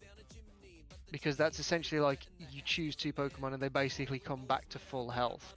Well, if they do if they're basic, because our basics are 70. If you have a That's more Charmeleon what that's I'm thinking 100, of, yeah. that's going to be half. That's what I'm its thinking. health. If you've got a choice at the start and you take that one, but then it's like, how many situations are you going to be in where you're at that moment where you can make full use of it or a decent enough use? Yeah. We'll leave How it in often are for you now. going to have a Pokemon on your bench that has already sustained 50 damage? Yeah, we'll leave it in there for now, but we'll see. It might be one of those if it just becomes too obvious of like you've just got to pick that. So okay, so we've got our supporter cards. So which one's I was going to go? So starting decks. So we've got Bulbasaur. The Bulbasaur, the Charmander, and the Squirtle. Maybe we don't have to write this down. Just a little thought. Maybe one of the things that you can unlock when you progress is you can unlock new starter decks. Yeah. You just 'cause want to growl. beat Surge. Congratulations, you've unlocked the Pikachu deck. So, Bulbasaur deck is going to have Bulbasaur times 1. And what? I suppose we should give them all more fitting, like friends. I want them to be early game ones though. Or maybe you can mix and match them. So a couple of early game ones who can mix in of like. I feel who are the like friends. for the sake of simplicity, at least to start with, while we're still making up the game, our starting deck should be like predetermined before we start adding in or you can mix and match them. I just meant like the second because you get 2 Pokemon and 2 support cards. That's it. So you'll get to choose your supporters, and then you'll get, a friend. Okay. I mean, do we just pick and their card? Their card. So do we just be like one of you gets a Pidgey, one of you gets a Rattata, one of you gets a Spearow? Well, the Rattata is slightly weaker than the others, but that's probably because I think it does slightly more damage. Yeah, it does. Yeah, it's a glass cannon one. It's a glass cannon. Yeah, but there's Spearow. I don't know about Spearow because it's just another friggin' bird. So We've already got Pidgey gets one called. bird. Pidgey gets called for family. Search your deck for basic Pokemon and put them onto your bench. And tackle. Spearow gets evolutionary advantage. If you go second, this Pokemon can evolve on the first turn. It's very niche. It's very niche. What else is there? Nidoran is an early game. Nidoran's potential, just 60 and 20. That's very similar to starters. It does Maybe we give. just keep it as Pidgey and Rattata. Because they're both colourless, they're both very basic. Because you don't want to give Yeah. people the choice of like really cool stuff at Yeah, the start. it's, So and just at the Pidgey end of the and day, Rattata. you're going to be on Route 1. So the moment you go onto Route 1, what you're going to find is a Pidgey and a Rattata. So that's Yeah, sort so of, you'll be able to that's get a the nice other one. that's a nice setup to the beginning of like, well, if I catch more Pidgeys, I can condense my Ah. Pidgeys and Pidgeotto. Or I can do the other thing. Yeah, there you go. So Rattata will be, you get Rattata times 1, and you'll get how many? What's Rattata's stats? Is it a two cost? Yeah, it's a two colorless. So you'll get energy card times 4, and miss card times 2.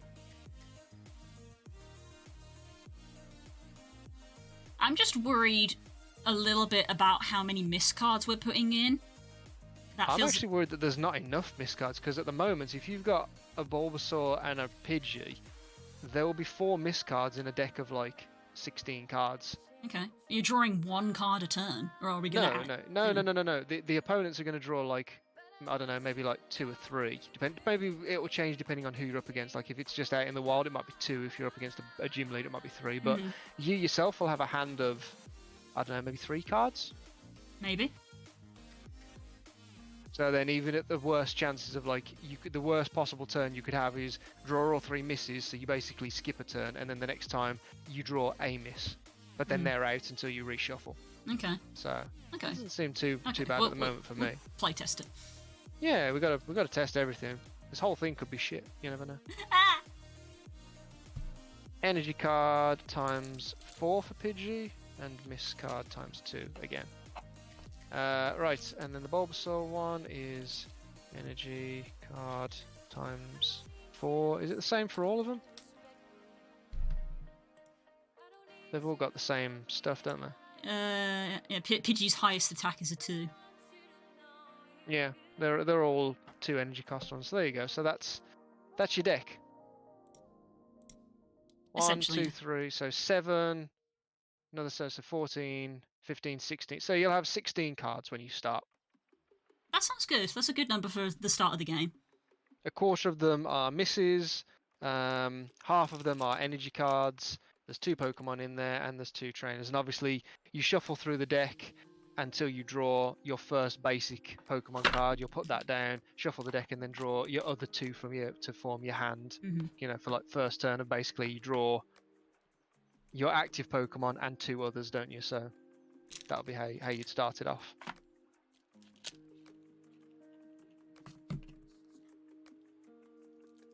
Right, I think we'll take a pause there.